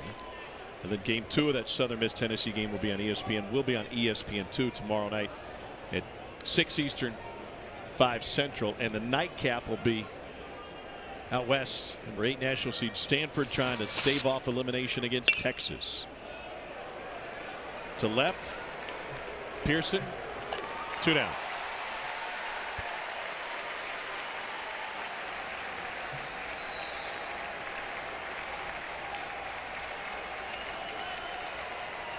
This LSU team looks absolutely unbeatable with Paul Skenes on the mound. The question is, what happens tomorrow? Can the offense keep it going, and can Ty Floyd try to keep the rhythm going on the mound? And you know, the way this offense is swinging, I don't think Ty Floyd has to be perfect, right? He's just got to keep LSU around, and you know, I think a quality start would be a great outing for him, right? 6 innings, 3 earned runs or less would be good. Not sure who Kentucky's going to throw as of yet, but they got plenty of choices. They got plenty of arms left, and I expect tomorrow to be a totally different day today. Kentucky obviously came into this game wanting to win, planning on winning, planning on competing, but they also knew what they were up against. And we're talking with Nick Mingione about the plan to win this series yesterday, and we said if you can't get to Skenes, this is going to be a series where you have to win games 2 and 3. And he understood that challenge and that opportunity. Sure. So while this is a very lopsided score, it's nothing that Kentucky didn't think they'd have to deal with. Little squibber, and that will end it. Skenes goes to 12-2 with the win, and Zach Lee falls to 5-4 with the loss. Tigers now 1 win away from their 19th trip to Omaha and College World Series appearance. Only 4 hits for Kentucky in this one. Yeah, I mean, LSU got everything they wanted, right? Paul Skenes went out and dominated the ball game. Goes 7 2/3, 9 punch-outs, 1 walk. And this LSU offense, 15 hits, 8 of which were extra base hits, including 6 home runs. So kind of the way LSU finished the regional in Baton Rouge. You know, with 9 homers in their final 2 games, they kind of picked up right where they left off. But tomorrow will be a totally different day. I expect this Kentucky team to bounce back. We'll have a barn burner tomorrow. It's the 29th time this season LSU has scored in double digits. They are now 27-2 when scoring 10 runs or more. And listen, Trey Morgan had a heck of a day. He went 4 for 5. Tommy White, including 2 home runs. Tommy White homered twice. Gavin Dugas was able to get a home run. Josh Pearson ran into one and put it over the wall in right field. This is unbelievable offensive output by LSU. And one of the stars offensively, Trey Morgan, join us now. Trey, congratulations, man. We'd say all the time that hitting is contagious. Does it feel like that with this lineup when y'all get it going? Yeah, definitely. As soon as one guy kind of breaks the seal, the whole team kind of gets going. It's like it turns into a barrel fest as soon as one guy gets going. That's pretty much what happened here tonight. Trey, how have you been able to use – I mean, ever since you stepped on campus 3 years ago, your approach has been to the opposite way, and that's really been your ticket, and that's what you do really well. And, of course, your first home run of the night came opposite field. Right. I mean, it's just I struggled a little bit in the regional. I was a little bit jumpy. You know, I was working to the pull side a little too much. So earlier today in BP, I was working middle to opposite field, and that was kind of my approach tonight too. See the ball tick deeper, you know, don't fly open, and it worked out. Hey, we were talking with some of your teammates yesterday, Gavin and Dylan and Hayden, and they talked about the idea that you guys, #1 in the country for 11 weeks, and the winning kind of covered up some warts, and some stuff got swept under the rug. So you guys had a players-only meeting, had some accountability discussed among the teammates. What difference do you think that's made for you guys over the postseason? Oh, yeah, we're definitely leaving it all on the line right now. We're taking it, obviously, one pitch, one game at a time, but we're giving it our all for every pitch, every game. We're playing like it's our last time doing it, and, you know, we're leaving it all on the field. Trey, what can you say about Paul Skenes, man? I don't know if I've ever seen anything like it on the bump, dude, but it's like move him up. You know what I mean? Like it's domination. I feel like almost every time he hops on the bump. Oh, yeah. I mean, the work that dude puts in, he's first one at the field, last one to leave. Like, it's just kind of the recipe for what goes on every time he steps on the bump. We know that he's the most prepared dude on the field every time he goes up there, and we kind of feel the need to do our job when he's pitching like that. I know you had to. You probably got to face him in some spring training, you know, before spring definitely. and fall. What's it like to face him? Oh, I mean, I give him a hard time at Team USA. I got to knock off him. I tell him that every time. That was with the wood bat too. But no, it's definitely a tough at bat every time you get up there. He looks like he's pretty much going to throw the ball by you. So I know these dudes step in the box. You know, I know what they're looking at. So I don't really blame them for going through it like that. Hey, Trey, before we let you go, I'm just curious. You ever get distracted driving around town and seeing your mug on billboards? No, it's actually pretty cool. It's awesome looking at billboards and seeing myself, definitely. Good stuff, man. Fun to watch you play. Congratulations on the win. Thank you. Thank you so much. Captain Morgan and this LSU team hammers the ball with a 2-touchdown victory, 14 runs on 15 hits against Kentucky. We'll be at it again tomorrow on ESPN2. They're already taking team pictures after this win tonight. Trey Morgan did it twice. He got it going in the first inning. Tomorrow, 6:06 Eastern, 5:06 Central, right here on ESPN2. For Statisticians and the Stars, Joe McNish, my partner Ben McDonald, the fantastic crew here in Baton Rouge. I'm Tom Hart. After a late day at the ballpark, we'll see you tomorrow. Have a great night, everybody.